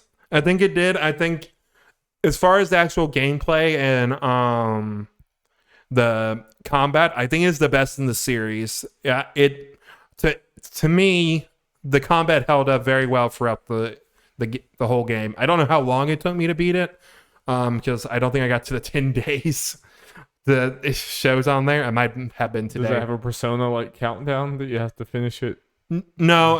It's just you can. Oh, the Switch. Yeah, okay, that whole dumb bullshit. Yes, where you can't look at the time. Correct. Yeah. And I don't think it had a time thing under the save file. So, so that it was a lot of fun. Boss battles were very cool. Characters were great. Some crazy story moments and all that. And I think Suda is a madman. He put of course everything he had into this, and I think this was if this is the end of the No More Heroes series, it was a fitting and wild end to it. And kind of bring together, and this is kind of like a love letter to the No More Heroes series. After 4 games. So yeah. Tell Tell people to get out of here. All right, get out of here, people. If you care about spoilers for No More Heroes 3, Run. you've been warned. That's spoilers for 3, 2, 1. Travis Strikes Again. But if you don't think you're ever going to play this game, stick around because I'm sure this is going to be entertaining, like me. Yes. All right. Let's get in there. Darby, the thing is, I got some notes here and everything. I'm sure more stuff will come to me as I'm talking, but I'm sure there's also things I just forgot. Especially when some of the stuff pertains to like Traffic Strikes Again, which, especially now that I played 3 and how story heavy Traffic Strikes Again is compared to like, it reminded me how much more stories in that game than all the other No More Heroes games. It's crazy. And that, you kind of need to play that game to understand everything here for sure. Even more so than 1 and 2 in some ways. Wow. Some of the wackier moments, in my opinion. Because I think I mentioned it to you before, and I don't know if it was on the podcast. Damon, who was in the trailer, and his Foo best friend, is in Traffic Strikes Again. Right. And he has a grudge against you. Right. Because you did something to him, and we're gonna get to that at the end. I'm gonna say, okay, because I think it's funnier when you hear. Wait, so you knew why he was mad at you from Travis Strikes Again? Yes. Okay. Yes. So yeah, the I got it broken up by chapters on here just to make it easier to remember when some stuff happened. But game kind of starts out with pretty much all the trailer stuff. It pretty much shows the Fu and Damon trailer from the Game Awards. It starts off with that. I think it's slightly different, but not too much different. And that kind of, and all that happens. Fu gets Velvet Chair Girl's little monster blob to kill everyone. And then Travis is playing a video game called Deathman. And actually at the beginning, you get to play some Deathman, which is just a old 1980 kind of like beat 'em up type thing. You play that for a little bit. Huber bait. Yep, Huber bait. And it had a monologue from Travis, like, he played that game when he was a kid, if I remember correctly, and he like never saw the ending, and they did a remake for it, so he was like very excited for it. So all this is going on, explosion happening, and it wakes up Travis after he like beats Deathman. He's like, oh, goes out there and is like, oh shit. And then aliens attack. And then Shinobu and Bad Girl are also living in the motel he's in, and they're like, yo, we gotta fuck these aliens up. So they proceed to fuck the aliens up. Of course. And then Travis like, yo, I'm up with a spaceship. I have a mech. And if you haven't played Travis Strikes Again, you would not know. It's like, where is this thing coming from? Like most things in this game. Right. So it goes there, you beat him up, you fight the first boss. Also, when you get to the top of the ship, Jean, the cat that you've had through all the No More Heroes games, you started with it as a little kitten, but now it is a big fat cat. Right. And it talks. It talks. A deep voice. Very deep voice. And Travis thought it was a girl the whole time. It might still be a girl, just have that deep voice. I don't know. I'm not judging. Oh, sure. Also, it can fly and like it's immortal and some shit, and it just kind of knows everything. I don't know. It's like the tutorial guy. And Travis kind of like, wait, so are you gonna give me a tutorial or something? It's like, yeah. So you beat up some aliens, you go in there, you fight Mr. Black Hole. Pretty basic boss battle, just a giant arena or whatever. You kind of slash them, lasers are going by or whatever. And then you get his normal health down, and it's like, oh, that's just the first phase. Okay, here's a giant like mech battle and shit. Like, okay. And then you got this other thing where you got to solve a little puzzle, which was cool. Like, a very good introduction to the game because it just puts you, like the other No More Hero games, straight into like the rank 10 battle. Because the point of all the mainline No More Hero games is you're going down a ranking. You start at 10, go all the way to defeat 1. Right. That's always fun. Then after that, Fu's kind of mad that like, yo, you killed my buddy. So he shows up at the motel, kind of beats up Travis, knocks him out. Shinobu and Bat Dad or whatever, I'm blanking on his name. Bad Girl's dad fights him. Well, Fu proceeds to just chop off Shinobu's arms because, why not? She's a swords person. She needs those, and they're gone. She's knocked out cold, is in a coma for most of the game. Yeah. And then he proceeds. I did see that. Yeah. Then he proceeds to murder Bat Dad. And then Batgirl shows up and is distraught. Keeps sounding like you're saying Bat Dad. Yes. Oh, you are saying Bat Dad. I am saying I Bat thought Dad. I was supposed to be Bad Dad. Yeah. Bad Dad. Yes, Bad Dad. Yes, he used to be a baseball player. Okay, nice. He like Bad Girl. He also has a bat. Okay. Yeah, it runs in the family. Then you got to fight Gold Joe, and he's a very flamboyant little guy, and you kill him. His thing was a little annoying because it was confusing. It had a fun little thing when you go there because Travis has been through all this stuff before. It's like, okay, I can look at the surrounding. Your attack five something to do with magnets, and it's going to be like red and blue for North and South Pole. And Gold Joe's like, maybe. It's like, Trevor's like, hey, just make it simple. Just put an N and S on top of it. And he's like, okay. So you proceed to go into the fight, and that's exactly what it is.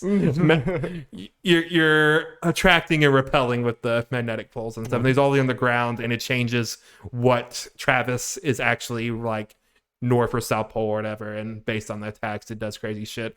But if you're like the same thing and it repelling you, like there's an electric gate thing at the end, and if you're not careful, that will kill you pretty much instantly. It's not an instant kill, but you'll be stuck there long enough to where all your health is wiped away. So I died a couple times. Oh, yeah. What it takes to, you prepared you. Okay. Yes. So do all that. Was fun. Now, in Chapter 3, when you go to fight the 8th ranked assassin, it starts a trend of the game. Okay. Yeah. Where people steal your motherfucking kill. Travis is going there, and he just wants to beat alien butt. He wants to kill these aliens. But then he gets there, and then someone beats him to the punch. You get there, and Mr. Edgy Mitch Edgelord or something, he's just kind of standing there, and then suddenly his head gets like punched towards you. You're like, what the fuck? He's already dead. And then this guy called Native Dancer is there. He's the weird samurai guy who calls Travis grandpa. Oh, okay, that guy. Yeah. Travis doesn't get not catching on, but but Native Dancer says it is his grandson from the future. But it is No More Heroes, so you could completely buy that this is some crazy person. Yeah. No, he's not a crazy person. We'll get to more of that later. Legit. Yep. So you fight him, and he gives you all the death chips or whatever, so all the rest of your kind of super moves, which really opens up the combat because you only have there are 4 in all, but you've had 1 up to this point. But he teaches you how to use all 3 of the other ones before doing the actual boss fight where you use them all, and it's like, yeah, that opened up the combat big time and like made it a lot more fun after that once you got those. Nice. Do that, you beat him up. Travis is about to kill him, but his paternal instincts kick in, and he just can't do it. And Sylvia's like, "Oh, Travis, you can't kill him. You obviously you feel something." Travis like, "No, I don't." But the Native Dancer is like out cold, standing up. Sylvia pushes him, and Travis instinctively catches like, "Oh, you caught him pretty instinctively. I wonder what that means." Sylvia not fazed by the fact that her grandson's right there from the future. Just Sylvia. In this universe. Yeah. Oh, also up to this point, every time Sylvia comes up, Travis is always like, "Sylvia, wait, I need to talk to you." And he's also like, the first time it's like, "It's okay, Sylvia, how are the kids?" Because at this point, yes, Travis and Sylvia have kids. They are technically married. They have twins. But at twins, that might be important later. Yeah.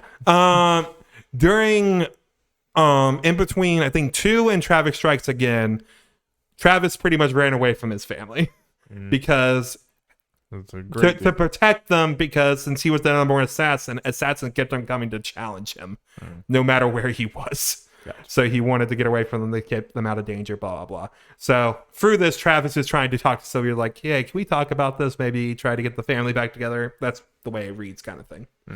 Which is nice. And honestly, it's one of those things that hits harder really hits hard at the end, because that and multiple reasons, like you think about how Travis was at the beginning of the series, where he was a no-nonsense, just kind of bloodthirsty guy. Yeah. And now at the end, he's kind of more of a hero and just kind of really wants to be a family man. And in the beginning, he was just like solo pushing everyone away and just really wanted sex from Sylvia.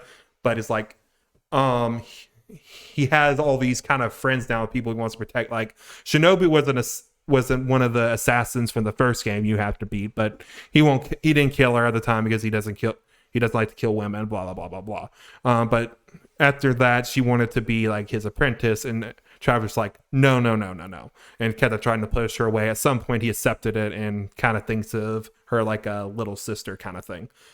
Kind of same thing with Bad Girl, not necessarily apprentice, but at some you actually kill her in 2. Bring her back to life again in Traffic Strikes again, but now he actually cares for her. And you have Travis' best friend, Bishop. Well, okay. Well, this is also a weird one. There are 2 bishops. Bishop and his twin brother, Bishop. There are a lot of twins in this game. Okay. In the series. So I kind of forgot about this. Original Bishop died in No More Heroes 2. At some point in Travis Strikes Again, you meet Bishops, the twin bishop, and now he moved into Stand to Destroy, and now they're best friends. And in between every chapter, it's kind of like, I don't know if it's a podcast or what. It kind of has a podcast feel. I saw a little bit of this. Yeah, but they're just talking about the real Japanese director Takashi Miike, and just all about his movies and fanboying over that. And I just love it. It's like I kind of want to watch these movies now. Apparently like Suda is just a big fan of him. That's really funny. so in between everyone, and then at some point during the game, like Sylvia, Shinobu, and Bad Girl come in, and they're just asking like, what's your favorite Miike movie? And then sometimes they'll know, and sometimes they won't, and then they talk about anime, and then like Bad Girl's like, oh, I like this anime, and Travis the Bishop like, hell yeah, it's a great one, let's watch it. Just having an actual real I can't help but a smile face because this is a fun little thing, and just like again just seeing how far Travis has come as a character. Yeah, just kind of like he's open to these relationships. That's awesome. Moving on, and then chapter 4, another we're only at chapter 4. Yeah. Another kill steal. This time Kimmy Howe. I can't remember all these alien names, but there's a red guy that looks like he's gonna be really fast. Yeah, specifics like that are not super important. Yeah. But Kimmy Howe was in No More Heroes 2, where she was in like an assassination school who she worshipped Travis, had a beam katana, blah blah blah. I think she was a secret boss in 2, but so you can fight her in 2, and she was like a young teenager. There you go. You beat her up and you spare her, all that kind of stuff. So this game is like 8 years later or something like that, I think, from 2. So she's kind of grown up now. What happened is you get an invitation for Kimmy Love, who's apparently a giant pop star, to go to her thing. And Travis was like, I don't know Kimmy Love. What's this shit? Goes there, and the alien assassins there, and he's actually in the background with the background dancers. And at the end he's dancing along, and at the end he does little tendril things and kills all the background dancers. No. Blood spurting everywhere, and then he tries to go for Kimmy, and she's like, psych, and use her beam katana to kill him. So stole your kill again. Yep. And she's not fazed by it, and she's like, okay, we're gonna have a special guest, Travis Touchdown. He comes up and he's like, what? He's like, oh, you. And then they go into a rap battle. Naturally, yeah, you do. It's one of those fun things that when I read the internet, some people are like, this is amazing, and some people are like, this was so cringy and stupid. It is cringy and stupid, but it's also the best. How are you like mechanically doing the rap battle? Oh no, you're not. They're just in the cutscene during the rap battle, okay. And then you actually go into the boss fight. And it's a pretty straightforward one, and I really like the straightforward No More Heroes fights where it's just kind of you with a person with a weapon, because it really goes into you having to dodge and all that kind of stuff. Yeah, you really get into the mechanics. And what was kind of cool about this one is, since you're on a concert stage and there's an audience watching and that kind of stuff, at some point, like one of the camera drones that are going around, it went from your normal third person view to you're viewing the fight from the camera. You're still moving around, but you're doing it from the camera view. That's cool. But I learned later, apparently you could destroy those. But I'm kind of glad I didn't, because they made it more fun and interesting. Like me having to kind of adapt to that angle. That's pretty cool. So that was fun. Next boss fight was Velvet Chair Girl. Fair girl. Yep, she's just a weird girl who is in a very Adult Swim style. She is very different style, like art style wise, from all of the rest of them. And she has that little pink puff squid looking thing that shot the laser in the food trailer, and killed the city. Don't remember it that specifically. Yeah. But So you go into it, and before every fight, you get a call from Sylvia, and she gives a little explanation in the character and like what their technical job is and everything. So he's like, "Oh, she is the musical chair champion of the galaxy." Musical chair. Yes. So you go in, Darby, and yes, you do play musical chairs. Of course. And you go around. The way they did this thing is just like musical chairs is this like back alley gambling thing to do. It's just like taking bets on musical chairs. yeah. So you're in this intergalactic like arena thing with just chairs in the middle, and it's you, Velvet Chair Girl, and a bunch of grunts doing it. And the way the battle worked is you just pressed button. Like it had a button. It's like a quick time event thing where you had to press the buttons, and if you got them right, Travis was moving faster and within rhythm and stuff. So you're kind of like building up speed. So when the music stops, you run to the chair. It's like the more you do, the faster you run. Yeah. And whoever didn't make it to the chair gets blasted by a little pink thing and just instantly dies. So at the end of the battle, naturally you win because you're Travis touchdown. But because it's the little pink thing's not going to kill Velvet Chair Girl. So Velvet Chair Girl just, I don't know, took a cyanide pill or something and killed herself. So you still didn't kill her? No. So yeah. Someone pointed out something, which I'll get to later. Interesting about the boss fights, actually. So then the little pink thing gets really sad and is crying over her and gets very giant. So now you're fighting that. And it's a very interesting fight because unlike every other fight, if you get hit by that laser just a little bit, you're just dead. It's an instant kill. So you have to kind of dodge it and take this thing's health down. An interesting thing was, as its health went down, the thing actually got smaller. Yeah. And harder to hit and all that. Interesting. That was fun.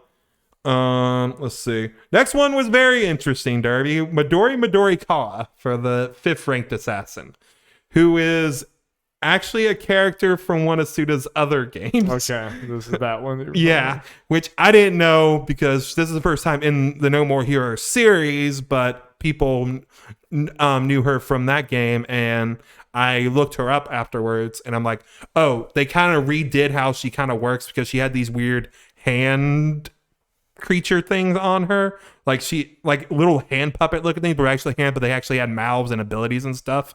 I looked at her pictures, like different style and everything, but it did look a lot like her. They just repurposed all that stuff for this boss fight. It's a really cool one. Well, actually, the way you got there was like a first-person horror thing where you're going through this like haunted Japanese high school. Fun. You just kind of around is a little creepy. It's pretty simple. You're just kind of looking around the school, occasionally getting into battles, but then it switched to third-person view. I wish they kind of kept you in first-person view for that. Yeah. May make it a little more the battle a little more simpler, but to kind of keep with the theme of it. Right. Then you get to there, you battle her, and because she's the most anime-ass character, like normal anime-ass, because she's a little anime girl. There's like, oh yeah, I'm gonna do a transformation, and I got a new mech power-up, and you're just doing the whole boss fight as the mech. Oh, okay. And that's fun. Is that the thing I saw you were flying around shooting the thing? Yeah, it was that. It was technically a different form, but yeah, generally the same thing. Yeah. Also, she called my transformation lame, and so how dare her? Well, she has to die. Yeah. So at some point, you win. You cut her hands off, and the hands are crying for their mommy. And he's like, oh, shit. Just since he's a parent now, it's like, these are technically your kids. He's like, whatever. Well, then he's about to kind of kill her anyway. And then Kamui Uehara, who is also a character from another Suda game, I think it's Silver Case, but also in Travis Strikes Again. Of course. So the whole Sudaverse was introduced in Travis Strikes Again. Like, they're all connected. Yeah. Every Suda game. But like, and they're now like best buddies, but if you don't play Travis Strikes Again, you're going to be very confused. Like, who the fuck is this guy? And why is Travis caring what he has to say? Mm-hmm. Like, yo, Travis, is a misunderstanding. Fu kind of tricked her. She didn't know this was all gonna happen. Also, she's my girlfriend, so Trevor's like, okay, I'll do it for the kids, but on one condition, Kamui, you come hang out at my place. And he's like, yeah, sure. So the next chapter, the next little bishop talk, Kamui comes in and they're chatting. That's funny. So it's just the catch is gonna be that Travis doesn't kill any of these people. Spoiler alert. Travis actually only kills the first two. I guess firstly if you count Kimmy, but he only kills the first two actual aliens. Yeah. So the next chapter you're going against Sniper Lee or some shit, or that's who you're supposed to. You go there, and you got like a laser dot on your head. It's like, oh shit, he's about to shoot. But then his thing explodes, and then Notorious, the badass wrestling champion superhero dude, shows up. Also from Traffic Strikes Again. Shows up, and he's apparently the in-universe wrestling champion, but also a superhero. And I was like, wait, am I gonna have to fight him? But he's so cool. And Trevor's like, this is my fight, but if I die champ, you take my place. And he's like, cool. Oh, and then they like run on the beach, have this little training like Rocky montage. And it's fucking beautiful. So he just really likes this guy that he's gonna have to kill. Yeah, they're like best friends now. That's awesome. But Darby, that because you didn't fight Sniper Lee and you didn't fight Notorious, where's the boss fight? You might be asking. I asked myself that. Sephiroth comes down when the angel starts playing. No, Darby. Actually, Destroy Man comes out. Destroy Man is a recurring character in the No More Heroes series. You actually fight him in every numbered game. Okay. You fight him in the first game. You kill him. He comes back as like a deranged, psycho, mutilated man in 2. You kill him again. Destroy Man. And now he's back as a bunch of robots versions of himself. And there's always this gag where he acts like he's actually a superhero being nice, and he asks Travis for a handshake, and then Travis gives it to him, but then it's like it shocks him. And then the Destroy Man just starts laughing. And it's like, I can't believe you fell for that. But this time, Travis he has a glowing penis. He does. Crotch. Looks very JoJo. Yes. But this time Travis like, no, I know this guy. I'm not falling for it. But at some point, he just kind of does it. And Destroy Man just like dies laughing. He dies laughing because Travis kills him. But he actually dies laughing. Yeah. He dies while he's laughing because Travis slashes him up. But then a million more robots come, so you kill them. Then you go to underground Destroy Man factory where the real Destroy Man is. So you kill him once and for all. Unless there's another one. Yep. Do that now. We start getting to the part where things get really crazy. Yeah. Where the final 3 chapters or 3 parts of the game. So the next one is, you might remember from one of the trailers where there's like an RPG battle looking thing. You said that was in the trailers. So it's this upcoming boss. Because No More Heroes likes to break the fourth wall.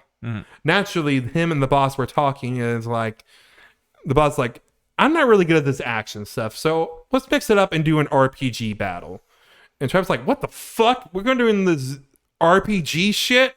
Man, I'm all about the action, man. The action combat. And then they go into it, and they bleep a bunch of things in there, partly because of the joke, partly because of copyright, but they kind of really do talk shit about Final Fantasy VII and Final Fantasy VII Remake. I'm just saying. Don't know about that. Yeah, he was like talking shit about turn-based RPGs, and then he mentions something about remaking them. It's like, okay, that's probably Final Fantasy VII. And then you go into the battle, and yes, it is the Final Fantasy battle thing with the battle menu and all that kind of stuff. You have spells, and you have summon. It had summons on there, so naturally I went there. Of course. And it just had question mark. So naturally I'm like, I'm pressing this, and it said Travis summons Bahamut. He's on vacation. That's good. And then I go to spells, and he has lightning, fire, and water. Some mixture of those. Lightning is the most important one, because the other two is just like Travis doesn't have enough MP for the other two. So you just use lightning to charge up your sword to do a strong slash on him. And you have medicinal herbs under items so you can heal. Then I quickly realized, like, oh wait, the only thing I can technically do is charge up my sword and hit him. Okay, there's got to be more to this than that. I do that for a while. I'm like, okay, this isn't working. What do I do? I press attack and accidentally hit down. My target changed from my enemy to the battle menu. So naturally, I attack it. Yeah, this is the shit I want to know. So I attack the battle menu and it disappears. So I have no idea how much or the HP menu thing. So I don't know how much HP I have now. Or anything like that. I try to attack the overhead thing where it says what I'm targeting and what his attacks are and stuff. It's like Travis can't reach because of the top of the screen. Then it's like, okay, well, I gotta attack my actual menu where it says my moves now. So if that Gauntlet does anything, I don't know what I'm actually doing. So I attack that, and Travis like, okay, I'm sick of this RPG shit. Then you go to the action battle. That's hilarious. So you do that. And do you think it would have told you something if you didn't do it? If you just sat there forever? Like, I wonder. I don't know. Because like, I probably would have taken me a while to figure out that I need to target the menu. Yeah. That was great. So you go in that, and it was just a very fun, normal kind of battle because he's this giant guy that's just at the edge of the screen, blah, blah, blah. So you're attacking, doing all these crazy attacks, all that. At the end of it, again, kind of showing Travis change of heart. He's kind of like, okay, I won't kill you, blah, blah, blah, because this guy doesn't want to do it. He's like, okay, I'm done. I have no reason to fight you. I'm going to lose, so whatever. And Travis like, well, okay, I guess I don't have to kill you. Go back to your planet or some shit. And also before this, Fu is at his hidey hole at the top of Damon Tower. Kind of really frustrated and angry, like hates Travis because he's killing all his men. And the number 2 guy's just sleeping at the side. And Fu goes over there like, wake up. And he's like, 5 more minutes. Wake up! And just starts killing, like stabbing his head, like beating his head in. It's like, yeah, now you're going to sleep and all that kind of shit. It's like, oh, there's no number 2 anymore. Well. So then, yeah, that happened before. Then once the number 3 ranked guy is like, okay, I'm done. Fu comes in and kills him. It's like, nope, you don't get to go away from this. And then, yeah, Fu's like, I'm going to be waiting for you, Travis, over there. Like, Fu's really angry, but he's like, I'm just going to do this right or whatever. Yeah. But yeah, Fu kind of descends into madness. And then Sylvia comes up like, congratulations, Travis, you're now number 2. It's like, wait, I'm number 2? How am I number 2? Like, oh yeah, Fu killed the other guy. I was like, okay. Well, cool. I guess next time's the fight. Well, Darby, naturally there's no more heroes, so you gotta have a fight at that number 2 spot. Yeah. So, you do that, or after you go back, it's like, okay, I'm number 2. Get like an email or something. It's like, Travis, come outside. I'm like, oh, fuck. And then out there is none other than Mr. Sir Henry Motherfucker himself. AKA Travis's older twin brother. Of course. The Sir there is because he used to be British. Or Irish. Used to be British. Yeah, now he has an American accent. Because he joined a cult or some shit after watching MCU 4. MCU what? Thor. Yeah. Like the movie. Yeah. So at some point during 2, he's kind of got over wanting to kill Travis, but then at some point, apparently, I think I got reminded of this. I think this is from Travis Strikes Again. He watched Thor at some point and decided he wanted to kill Travis again. Okay. Isn't that great? Yeah. Because the relationship. Say Thor. Like, yeah, I think it blurs out, but it's like heavily implied as Thor. If I remember right. Because he's kind of, I think his mindset was he is the Thor to the story, and Travis like the Loki, even though it's kind of reversed. Like he's the actual Loki. All right. But yeah, at some point he founded or joined a cult. So yeah, you fight him. It was just a normal, good old classic, but laser sword battle or whatever. Doing crazy shit. So it ends with you cutting him in half, like straight down the middle at around the waist. He doesn't die. He this isn't over, Travis. So he starts crawling to you without legs. And Travis Pepper is like, fuck, and just starts speeding repeatedly. It's like, okay. And normal stuff happens. Sylvia's like, congrats, Travis. You beat your demons or some shit like that. Apparently, she's also living next door to Travis. Didn't know that. Then you go to the normal in between chapter save thing, and you save, or you think you do, and it just stays black for a while. And I thought it was a glitch, and then Travis is like, "Wait, is there a glitch? Come on, guys, is this so like?" No, actually, I bet it's like talking shit about the developers. It was probably their glitch. And then actually, what happens is while Travis is on the toilet because he's in the middle of saving, Sir Henry motherfucker busts into the bathroom, still alive, with his cult members, and starts stabbing him. And Henry cut off Travis's head, and his head is in his lap, Travis's lap. Jesus. So Travis is dead. Jesus. So what happens is, after that, the screen kind of fades to black, and the Deathman game starts. You start playing Deathman again. You're like, okay, Suda, I'm doing that. Blah blah blah. You're playing it. You beat the boss or whatever, and then you go to like a street light thing, and Travis is there in this like old school pixel style. And Travis like, "Oh, Deathman, is that you or whatever shit?" It's like, "Yeah, Travis or whatever." And then it's like, "Oh, Deathman is actually the afterlife." Wow. They're like, Travis, it's not your time yet. I'm gonna send you back, okay? I was like, okay. So Travis wakes up in a coffin. He's already been buried. Oh, Jesus. And his head's attached again. So he's yelling at breaking the coffin like, "Hey, someone let me out." And someone does let him out.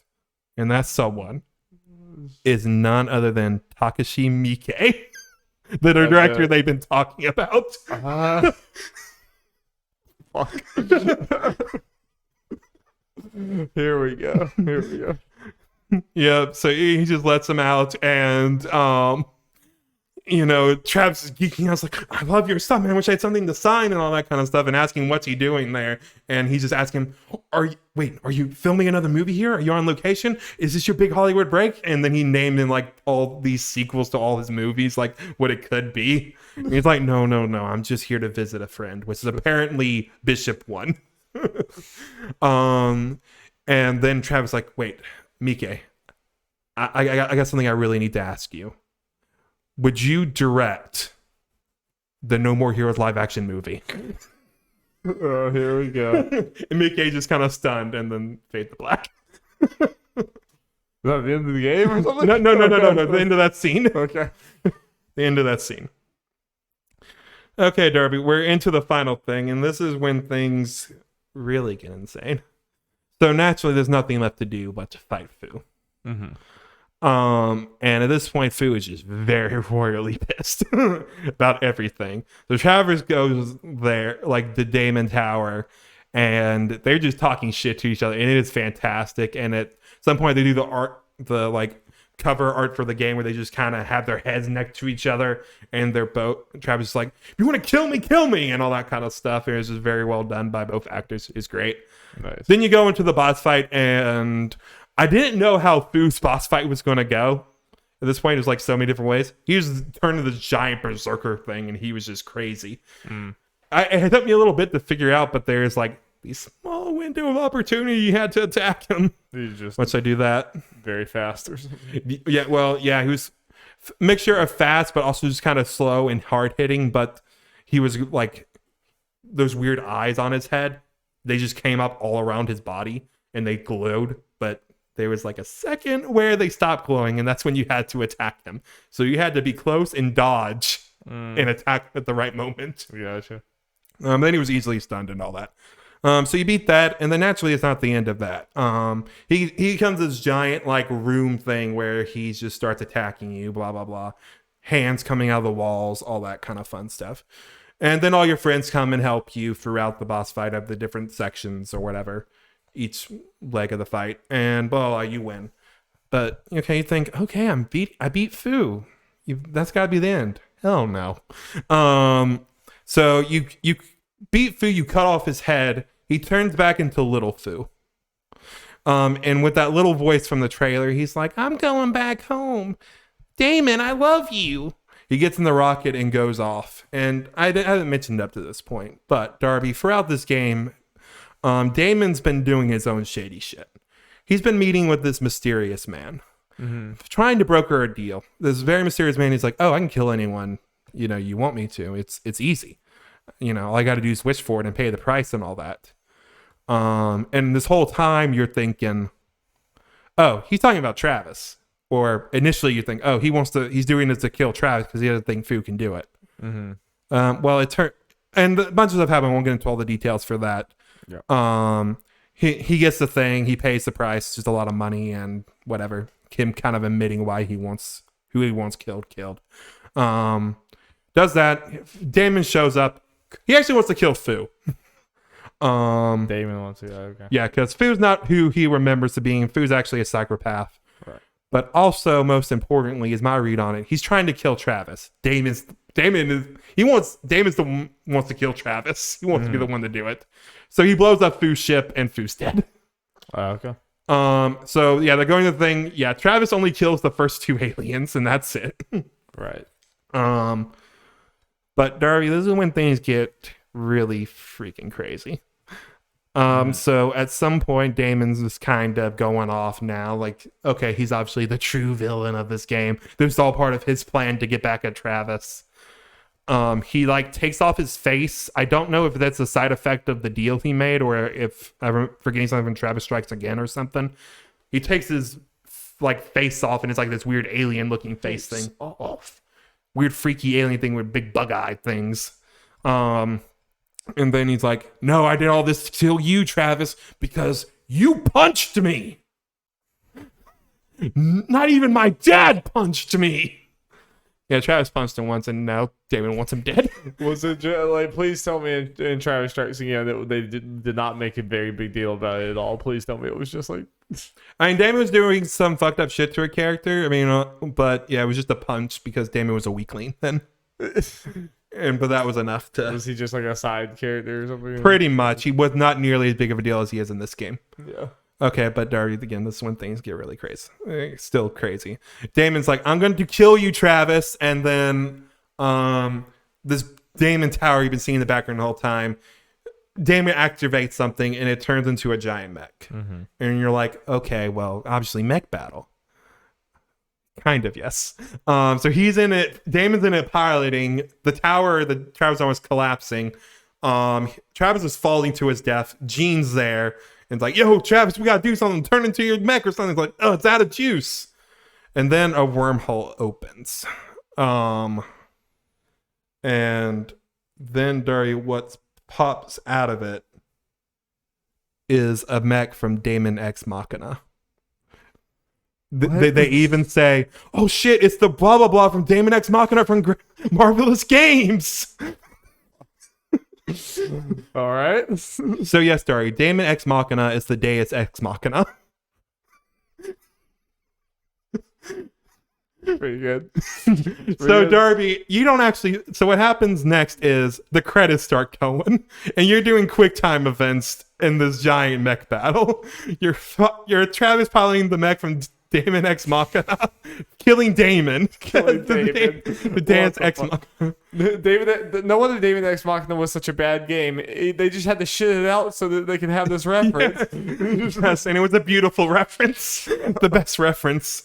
I was dying playing this event, and credits are going like, this is the best credit. This ends here, the best credits ever. It's great. It was like not even like a big game. It was just like no one cared about the game and it left or whatever. I guess he just called him up and was like, hey, I have a really funny joke. Yeah.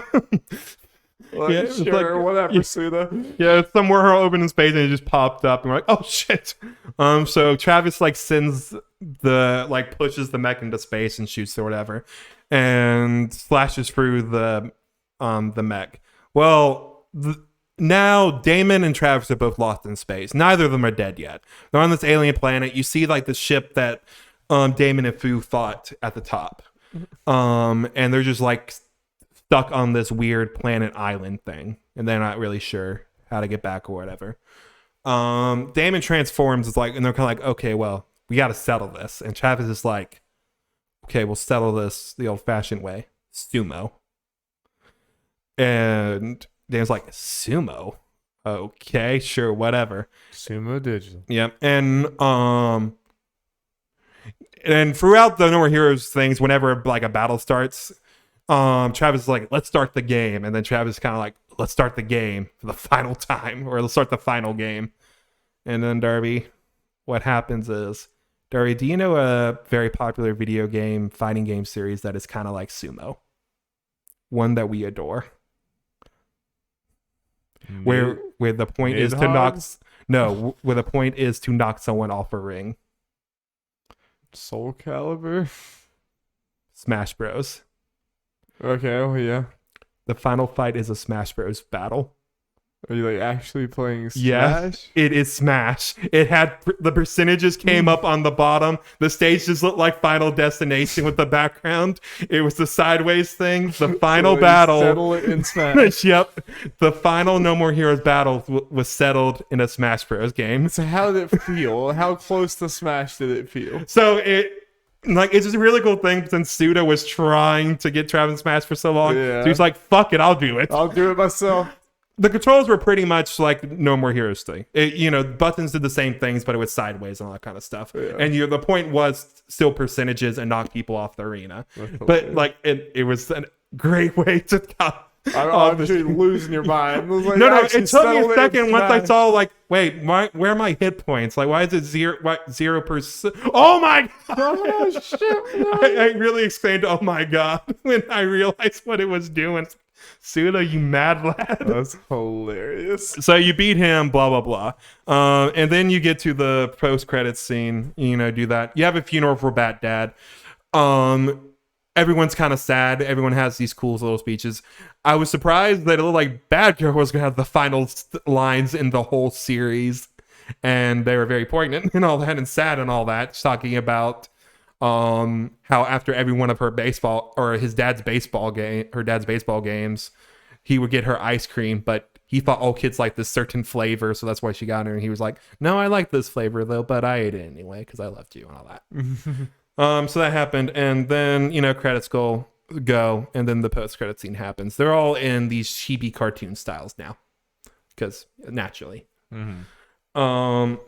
Fu's dad shows up. Fu's dad's army comes down from the heavens. He's this giant man, and Fu's like, hello, Earthlings. So I was like, oh god, are you here to kill us? Like, no, I am actually here to talk about peace between our people. And Travis kind of like, oh, kind of like, no, like, you shouldn't talk to me. And Fu's dad's like, oh, well, then I'm going to kill you if you're not going to talk to me. Because, Travis is not the world leader. Travis like, no, he's going to talk to the world leaders. Like, no, I'm going to kill you. I'm going to kill you all and enslave this planet. And then next thing that happens is his head gets chopped off and all Fu's dad's army gets destroyed. And then I think it was like they came out from behind the Fu's dad's head was Travis's children from the future.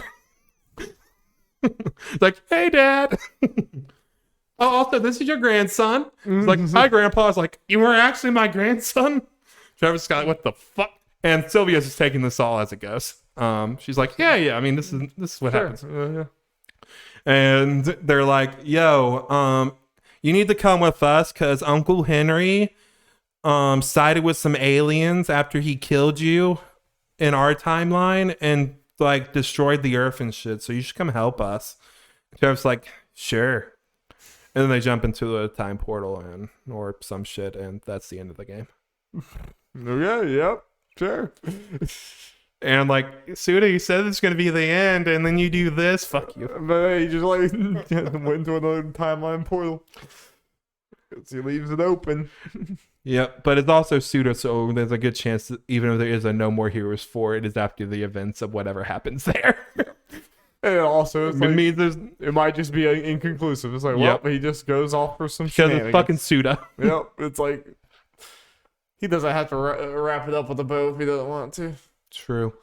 Oh, that's hilarious. They Yeah. settle it in Smash, but I think the funniest thing is the David X Machina. Oh, yeah. that's the whole. They could have ended there, and I would have been happy. But that happened, like, oh my god, out of left field. I'm Yeah. just really like David X Machina for whatever game. It's like from Marvelous of Games. all the pools to make, it's really funny. Yeah, and Travis and Gene were just in awe, like, yes. Like, do you drop into like their world, the David X Machina? No. Like the Damon, like a portal opens up and it comes out of the Damon X Machina world and Travis's world. Just cuz. Really funny. Yep. Really, really funny. The craziness live up to the hype, Darby. Yes, that sounds batshit insane, especially the last few chapters. Yeah. Is that like, yeah, absolutely. But we need to get out of here because it is 2 hours and 4 minutes in this podcast now. Let's go. Thank you guys so much for listening. That was a blast. Sounds insane or whatever. Can't wait to hear Game of the Year when Jeff has to try to rank these things. Sorry, I know we're running late, but just real quick. I've looked at my list last night. Man, I have enough for a damn good top 10 list right now. And then we still got the rest of this year. I sure don't. I don't know how I'm going to rank this shit. It's going to be interesting. Like, there's definitely going to be some games in my 11 to 15 where you're just surprised they're not in my top 10. Yeah. So there could be that many games. So yeah. Damn. Well, look forward to it. It's the Game of the Year is not as far away as you think it is. All right. Thank you guys so much. Tune in Thursday for that PlayStation thingamajig. Let's go. Tales next week. Life is Strange next week. WarioWare next week. Let's go, baby. Peace. Bye.